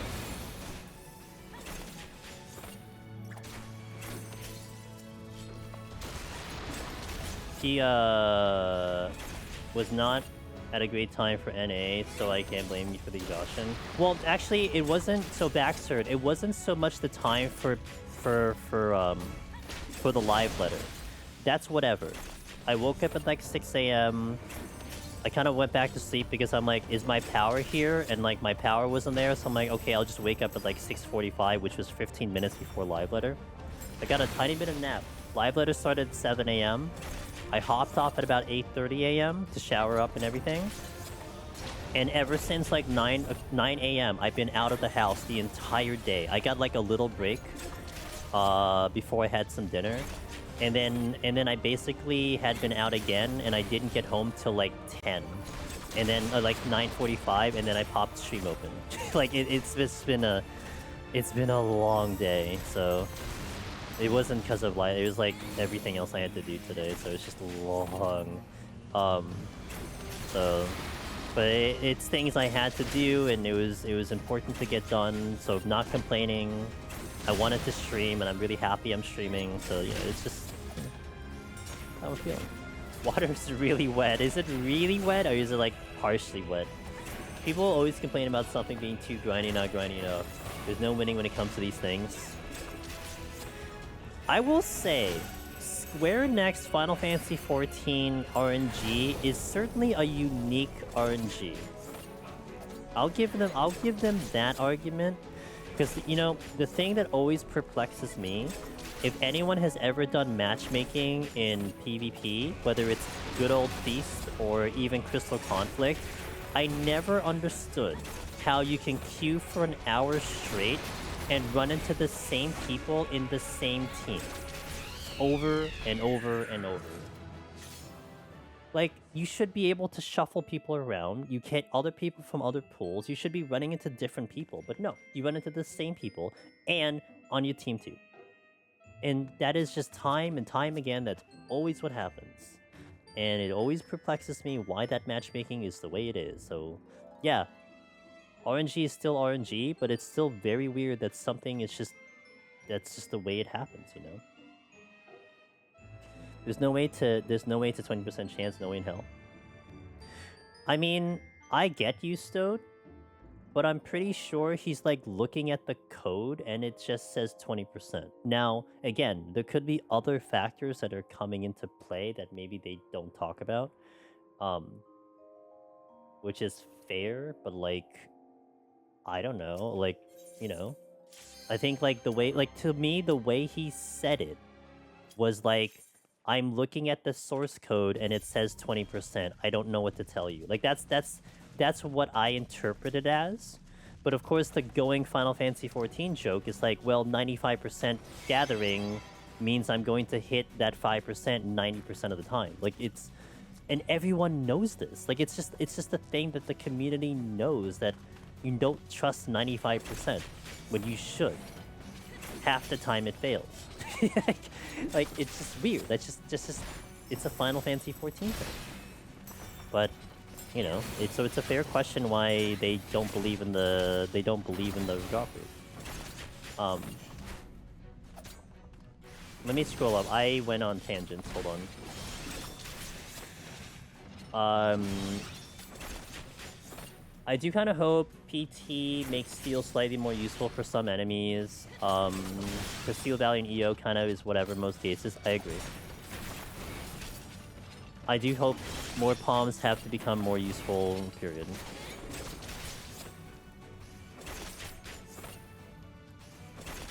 That's a solid reason for exhaustion. True RNG doesn't exist, but SC RNG is something else, yeah. Just tuned in. Do we have new info about the Deep Dungeon? Get good. I will give you the rundown once I catch up with chat. We do have new info, and I'll tell you everything I know. 5 hours of grinding to get only one anima. How is that 20%? Look, I'm not arguing with you. It's just, you know, again, the way that he put it, it's like he was just stating a fact. Now, whatever the results are, it's whatever, but, like, it was just a fact. It's like, I'm looking at the code. It says 20%. I don't know what to tell you. You know? I don't know what to tell you guys.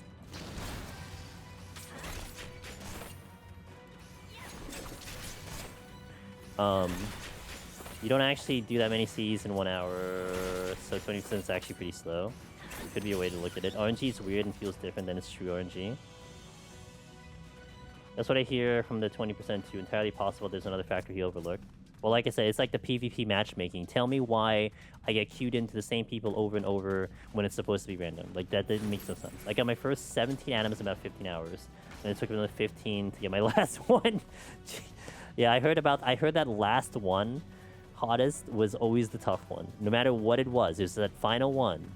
And that's where people start getting the rumors of, like, player ID, right? You start looking into player ID. Oh, maybe your player ID manipulates your RNG. So, seems so exhausted he rambled a lot. He's a busy man. Okay, so going back to the original question of Get Good Nub asking me about the new Deep Dungeon. Here's what we know, okay? More than likely, it's going to be 7.35. They didn't really explicitly say it, but I mean, they put it at the end of the damn live letter, so you kind of would assume that it's in that order. So you're gonna assume... Okay, so next 7.3 is going to be in August of, like, beginning of... Miss Alchemy! Thank you, ma'am. Also, congratulations with your charity thingy. That was actually pretty freaking badass, so awesome with that. Thank you for the 45 months. Let's go! Hope you're doing well. Thank you for coming in and popping that support.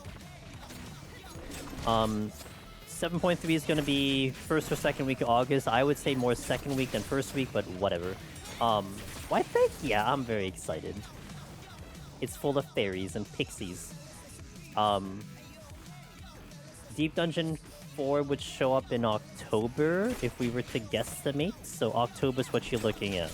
Maybe, chat said it's about 8 weeks from the main patch to the half patch. So you're probably looking somewhere around October, 8 weeks after that. It is an Ilmig. You only need to do Endwalker MSQ and PoTD 50. It is going to be 91 plus for the Deep Dungeon. It seems to be 100 floors. There's a 99 boss, but there's also a special boss where if you clear 99, then you unlock the ability to do a 4-man version of a harder version of that 99 boss. And the 99 boss is apparently a mystery because they can't show it yet. So there is that. I think I said everything. Yep, I think I said everything. Oh, it's going lateral. It's going horizontal. It's not going up or down. It's going lateral. Finally. That was always the joke originally. Talos went down, Heaven on High went up, so what do you go next? Side to side? They didn't do it for EO, but they did it for the Pixie one. But yeah, I'm super excited about the Deep Dungeon, obviously. That goes without saying, so. Yeah, and I did not predict that they would pick Fairyville. Like, that was never actually a consideration for me. I had thought of a lot of other ones, but that never came up. But I gotta tell you, I'm excited for it. Like, that's a great pick. because Fey magic is certainly creative, and they could do a lot of things with it. Not to mention the Fey themselves are very interesting, so I think you can see a lot of lore coming out of it, and it will be interesting. Fairyville, that's right. Pixieville, Fairyville. It can't possibly be Alligans, because the Alligans... Okay, correct me if I'm wrong, for those who know lore. There weren't any Alligans in the first, right? So there can't possibly be Alligans in the first. So we can at least avoid the Alligans, at the very least. I'm really happy you gave me a sight after Hitler Trap. Really makes that a good point. I gotta actually witch in this, because this is gonna be stupid. Not to mention I can't use anything for 10 seconds. Pixie hairstyle and mounts, etc. We already have a Porksy mount, right? So I wonder what the mount could possibly be. Well, the mount is probably going to be an enemy or something. Well, maybe.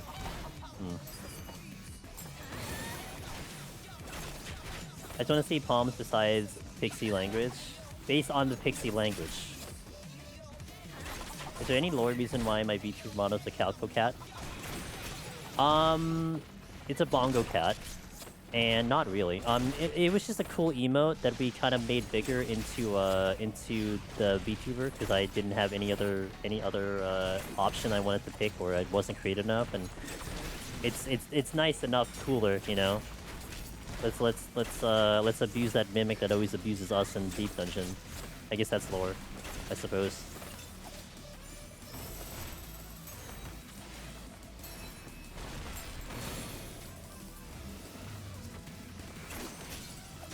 We could get butterfly wings for that moth in Ilmig as a mount. Oh, the Technicolor one? Actually would be kind of cool. You know, I had always bitched about how in Heaven on High, the blue tiger, I wish that was a mount, and they did do that. That is technically a mount. So I haven't really bitched about other mounts, so I don't know. I don't wonder what they're gonna go for.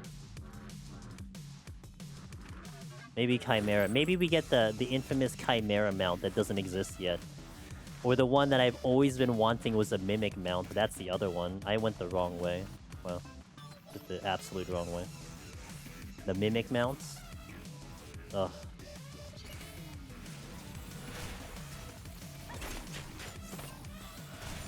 Boop, beep, boop, beep, boop, pew.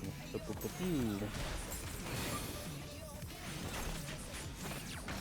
Yeah, but yeah, that was sick. Yeah.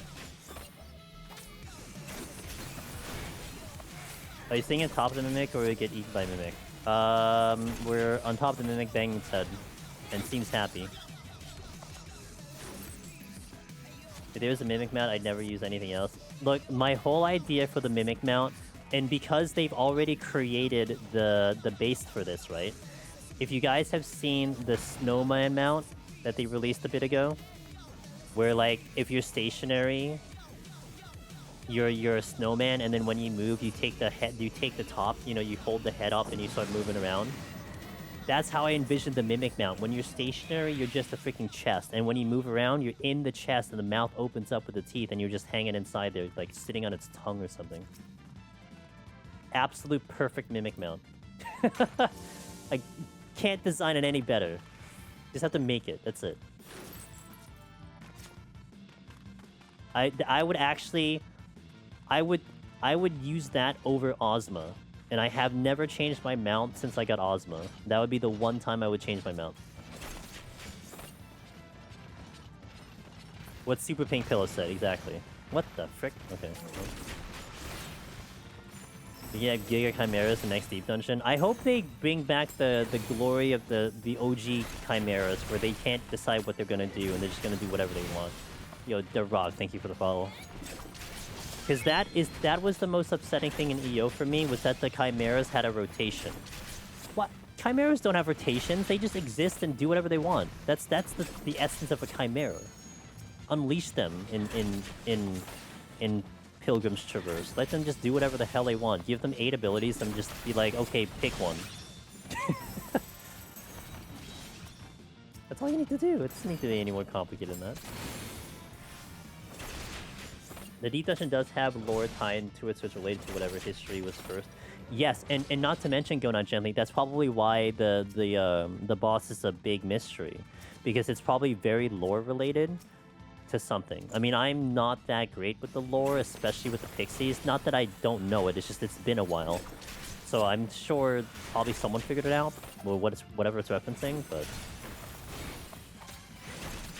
And going out gently, I'm gonna think that the lore is going to be as deep as EO, and EO had pretty deep lore, which means if you haven't checked it yet, EO, you actually get information on every single boss that is there, why it's there, and everything. Like, and then you get a final wrapping up story of the whole defense system and Excalibur and everything. Like, they went pretty hard on the story for EO, and it was actually kind of cool.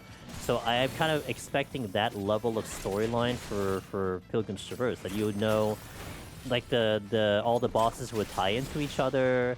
They have a reason for being there. They're gonna have some like conclusion story at the end when you beat the whole content, you know, stuff like that. I don't think EO Chimeras had all the Chimera mechanics yet. The ones in 31 plus only basically swap between Rams and Dragons or Dragons and Rams. The ones in 91 plus would do most of the abilities, but again, they did it in a rotation. They didn't do it randomly. So you can predict what it's gonna do. Is it a deep dungeon that are in chimeras? But you have to have the chimeras do random crap. I am picking warrior for prog reasons because I'm going blind. We've been getting so many good mounts in Dawntrail so far. I'm glad you like them. I have not found a single one that's better than Ozma. Unless you give me a blue Ozma, then, you know, we'll talk about it, but...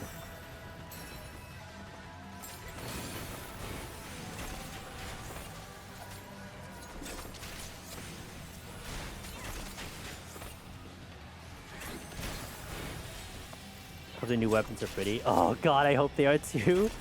I hope they glow blue. My one request, make them glow blue for the love of God. Make them glow, period. EO weapons don't really glow. They kind of like radiate. Like, it's not really that much. Hey, 34. Just happens to say good. Hey, no, thank you.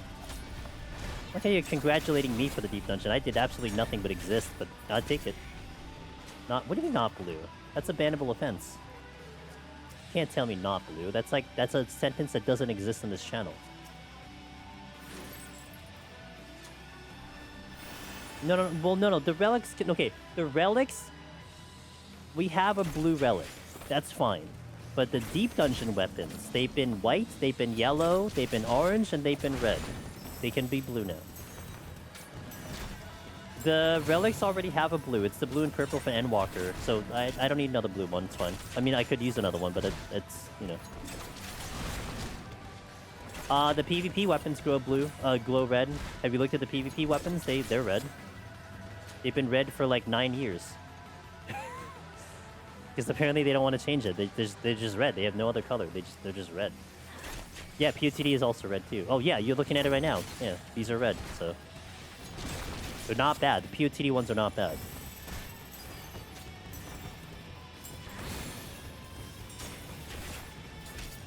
They'll reuse Titania's weapons. Titania's weapons aren't bad. They actually have a good glow to them, right?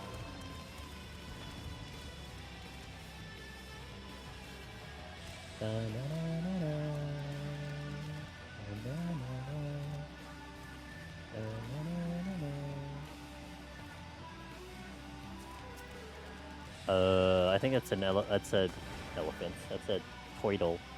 I'll go kill the Toidle. Go murder the Toidle. We got a Pisky too. I'm blessed by a Pisky. On a flighted floor, mind you. Tania's weapons are very nice. I'd be happy if we get something similar. I mean, SC likes recycling their shit, so...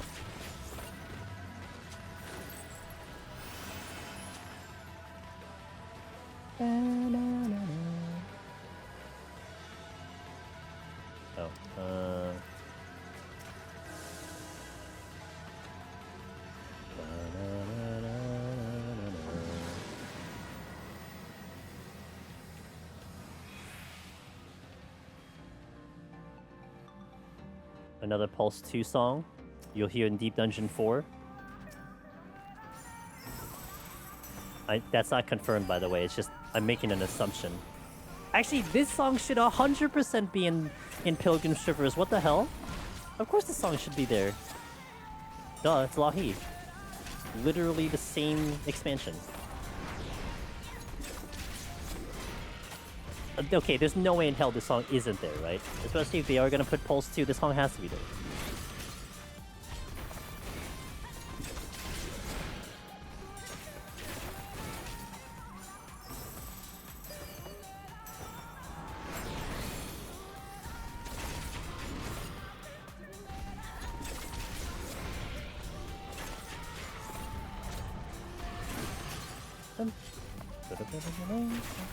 I like this remix. This is a good remix.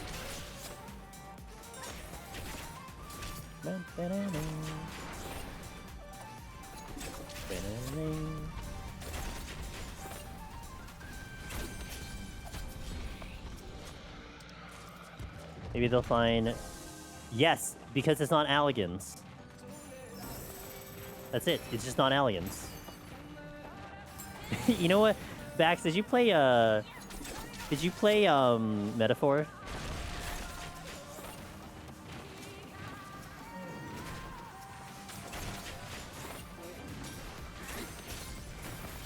I didn't play it. So in Metaphor, they get very detailed about a lot of very specific things in that game, and this is a very, very early part of the game. The main protagonist has like basically a fairy buddy, who's annoying, by the way.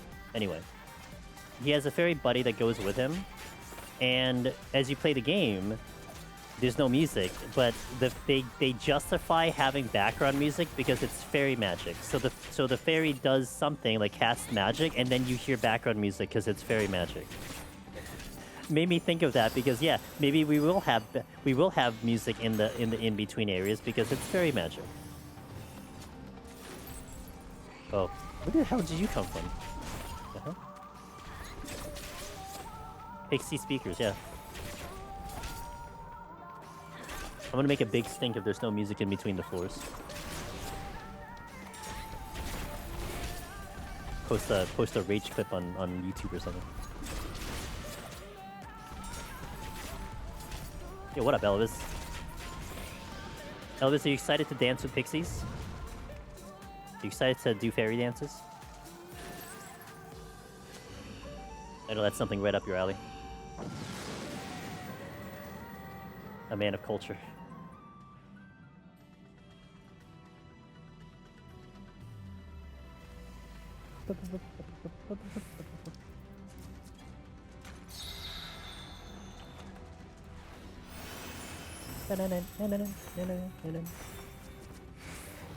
Ooh. Ooh, I'll take that.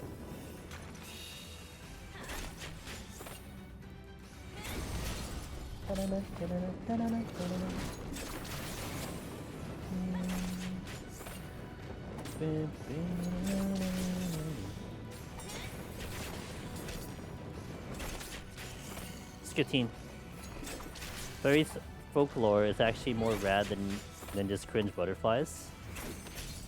Oh yeah, no, I'm very excited to see how much, like, I'm very excited to see them pull the lore that's already in the game and then other lore that is not in the game yet.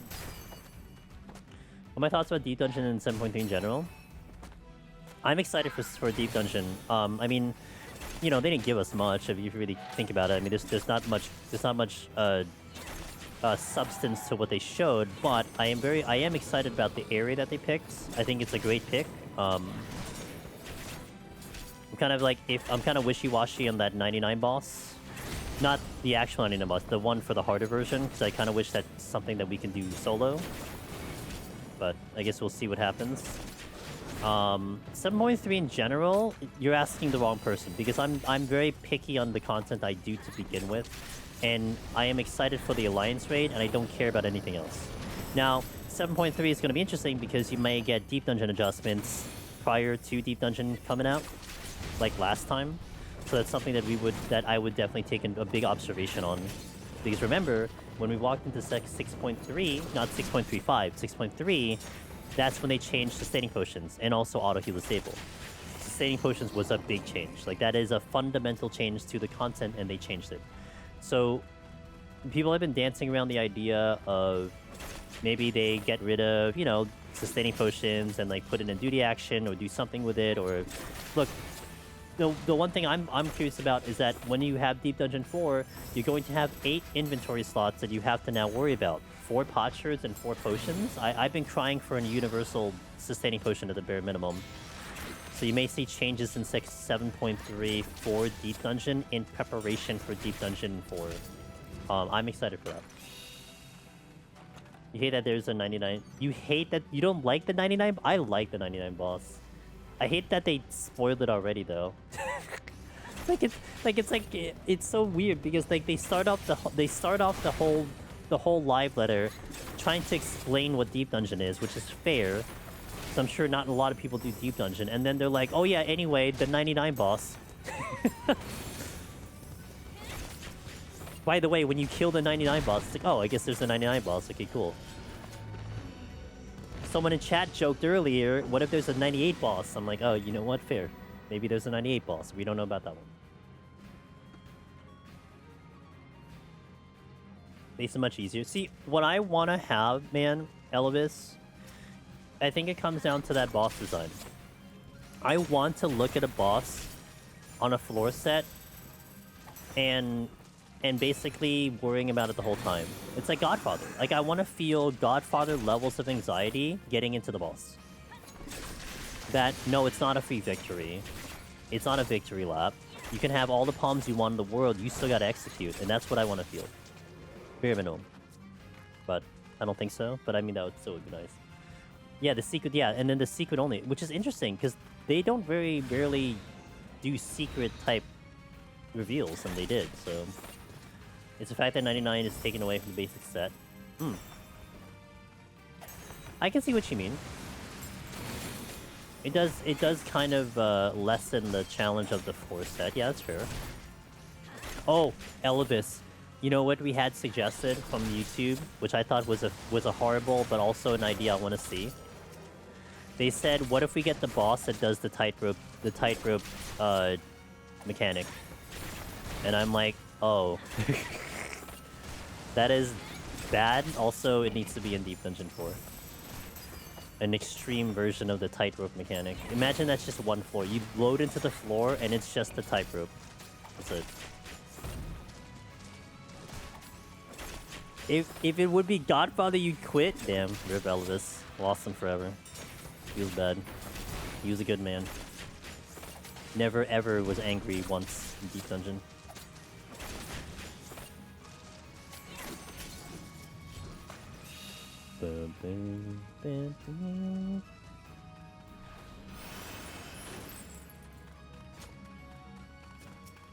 I want the tightrope mechanic in Deep Dungeon 4, guaranteed. That is a thing I want to see. It'll make for good TV, I feel like.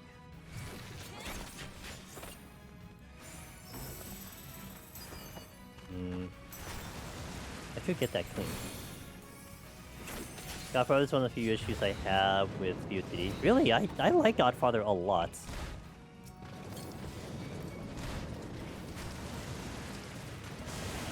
Can we all cooperate, please? Can I get a lust out, please? Okay.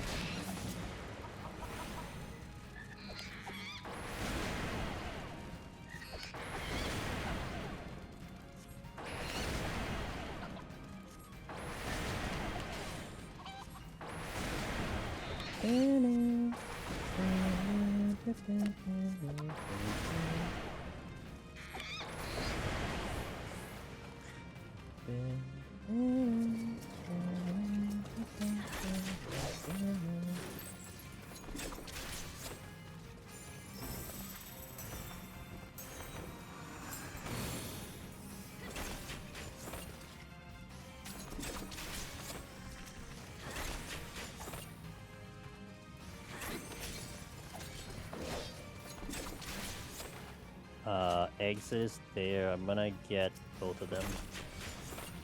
There's no answer for this boss. In both EO and Heaven and High, you can use something frailty coins to provide the boss, but Godfather is something you can use. You can use your kiting. Execution.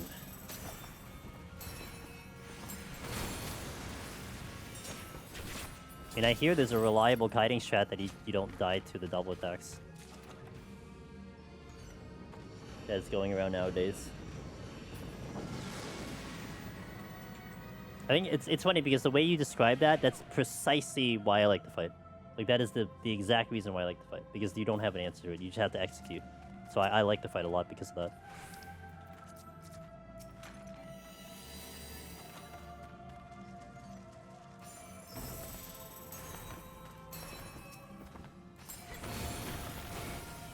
Except you don't get crit? Yeah, exactly. Don't get crit, you'll be fine. Everything will be okay. Lay strength. I'm gonna use it on the way out, so I can probably have it for the boss, maybe? Possibly? Potentially? Maybe? No, I didn't ask you to move. Oh, I have auto heal disable.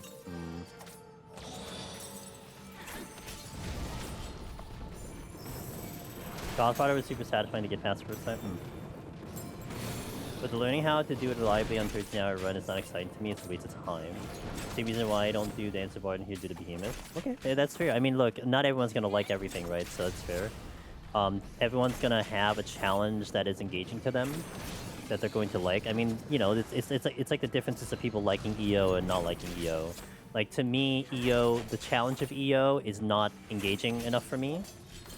As opposed to the challenge of what PoTD gives. Like, it's more thrilling to me, but I mean, it's almost like, you know, comparing someone who finds reading books a challenge versus doing math a challenge. It's almost like that comparison. It's just not gonna please everyone, so it's completely fair.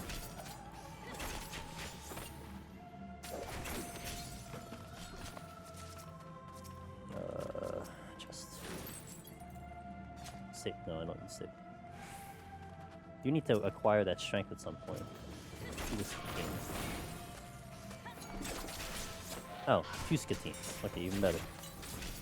Game should be hard, but when it's up to RNG instead of skill, it ain't for you.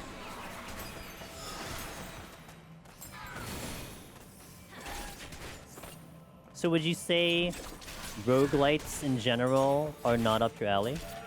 Godfather's fantastic my first run, lots of anxiety, but I really love to push that. I love the constant... To me, I like the constant knowledge that I'm just gonna randomly die. And then having to manage that. I like challenging games, I like when the game is hard, but I like bullshit. Yeah, and again, that's... I mean, bullshit hard is still going to be a subjective thing, you know? For some people, doing a fight for 9 hours is going to be worth their time, where... For others, they're gonna look at that and be like, well... It's just higher HP. It's not really that hard. It's just a long fight. I probably wouldn't enjoy a fight that just gets padded when it's like the same fight, but it's just longer. Like that type of difficulty doesn't really mean much to me. If you give it more mechanics, I would care about it more if there's more mechanics. That'd be more up my alley.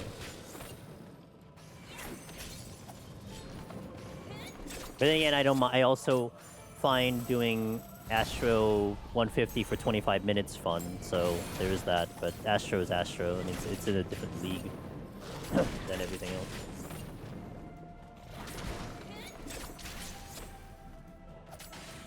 If you can't fix something with your own gameplay skills, a very bad design. Astro.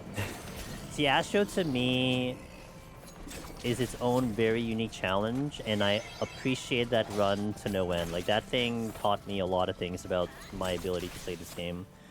So it's a unique case. It isn't something I want to go back to often, which I don't, but I certainly enjoyed my 6-month stint on Astro.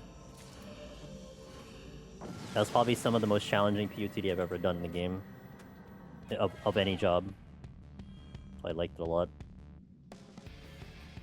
I'm gonna turn off my ads. I don't want to play any more ads. You guys are ad-free for the rest of the stream. Because I had some coming in 5 minutes. I'm like, nope. I'm ending by the end of this floor, so... PoTD was designed for solo in the first place. Can't blame devs there. Oh, I ain't blaming devs at all. I'm praising the devs. I wish... Elvis, I wish they would go create another piece of content that they're like, here, it's meant for 4 people. Oh, anyway, you can solo it. Like, I almost want them to go back to that thought process. Because I feel like, especially with EO, they catered it too much to people being able to solo it, and that's why it diminished the whole value of it for me. that they catered it too much to being able to solo it, where PoTD's charm is the fact that it is not designed to solo, and over time, people just kind of figured it out. Like, that was exciting to me to see it over time happen. Like, I like that a lot. But again, not everyone's gonna like that, but I liked it a lot. Nope, we're not going that way.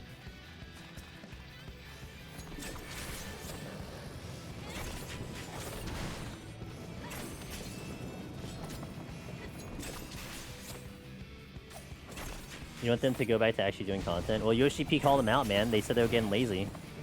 So, maybe it might help. Was Necroman not in the game? Correct. It was not in the game until Stormblood appeared. So, Palace of the Dead came out in Heavensward. In the middle of Heavensward. And Necromancer was not there until Stormblood showed up, and Red Mage showed up.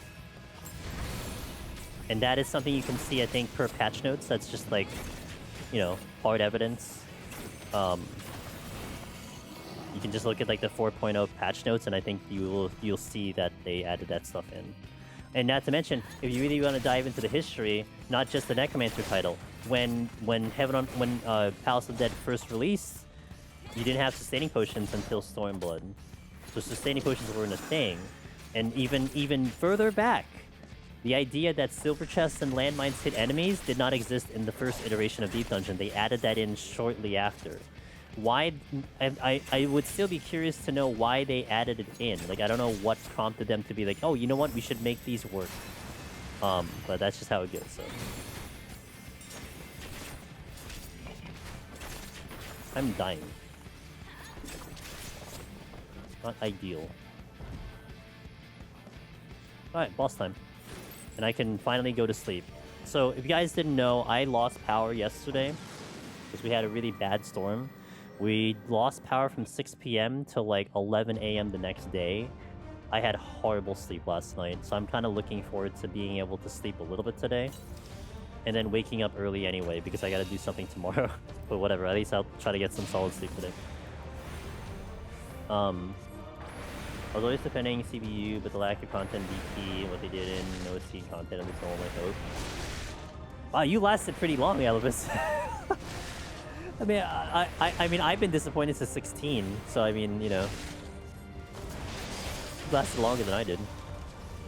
But I mean, to me, it's like I'm not like it's whatever, right? I mean, it is what it is. I will pick and choose the things that I want to do. So I do Deep Dungeon. I don't do anything else.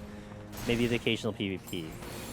I mean, in my own way, that's almost like that's my way of like protesting.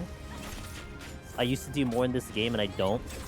And if they want to pull me back in, then they got to give me something more exciting to do. That's just what it comes down to. I mean, I'm just gonna spend my time doing something else if that's the case. But I mean, at least I still love Deep Dungeon. That's gonna be there forever. I mean, I used to craft. I used to do a lot of other things. I just don't do it anymore. Okami, hey, just wanted to pop in and say thanks for your videos. First time doing PoTD yesterday. Figured I might as well try. Ooh, hey, Okami, I hope you come back and tell me how your progress goes. Even if you die on like floor 2, I want to know how that goes. Like be excited, you know, learn and everything. Also, PSA, I do a lot more variety a little bit of lately than I do 14. But hey, if I'm playing whatever it is I'm playing, you're gonna see a lot of Dune Awakening, especially tomorrow. And you want to be excited about Deep Dungeon, talk to me about Deep Dungeon. I don't care, man. I'll just detour 2 hours of the stream talking Deep Dungeon, whatever the hell we're doing. So definitely don't feel bad about that. It's still an amazing game for new and returning players. It is. I think that's undisputed. I think they definitely have dropped the ball for the veterans, but a new person coming into this game, boy, you are going to have so much content to do. My power as well was off all day yesterday. Aw. Sorry to hear, Night King. I do not want to ask your location because, you know, might get into like, you know, but I hope you're okay. We had a lot of trees down on our end that just caused so much havoc in my area. Callie? Oh, good. Okay, we're nowhere near each other. Opposite ends of the coastline. Outside of NS2, I think DT has been great myself. The Savage Tier is arguably the best this game has ever had, and the Chaotic Alliance Tier was just a load of fun. I enjoyed Fork Tower quite a bit too. I'm sad for no Ultimate 3.3. Yeah, a lot of people apparently unsubbed already for... It was so funny in social media. I was like mega excited for Deep Dungeon. I'm like, oh, it's fine. It's time for everyone to come back. Meiji's like, I'm coming out of retirement. This looks fun. People are so excited. And, like the very next post, people are unsubbing because there's no ultimate. They're like writing dissertations about how bad 14 is and everything. I'm like, oh, okay, well, you guys do your thing. I'll do my thing. I'm excited. But I mean, I don't do ultimate. So. You're not really so complete disappointment. What do you mean? Deep Dungeon will be the savior, Elvis. It's gonna bring everyone back together in their own separate rooms.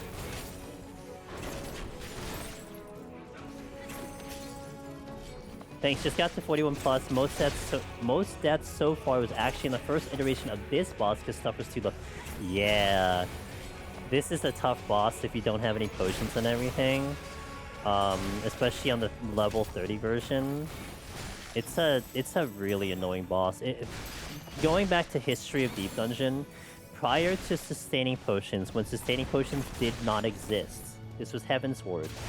Basically, a vast majority of jobs could not get past this boss because he hit too hard. Like, the only ones that got through were tanks and healers. Summoner got through. That's it. Everyone else died on this boss. Because you just didn't have enough sustain to keep you up long enough. No matter what you did. Mia! What's up, Mia? How you doing? Okay, we're done. Ugh. Guys, I'm gonna sleep. I'm gonna lay down and I'm gonna attempt to sleep. Now, attempt to sleep doesn't mean I actually sleep, but I'm gonna actually have a good time. So, oh, thank you for the follow. Appreciate it. So, hold a little bit. Wait, why am I holding a little bit? No, I gotta sleep, bro. Oh, Gims, I got you. Sorry. Okay. Well, I gotta do my outro anyway. You'll be fine. Do it okay, puppy sitting. Nice. Wait, why didn't you think I would be live today? Was it based on Discord?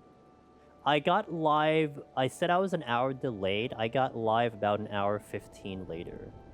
I literally got home and just popped stream open. Like, it was a long day.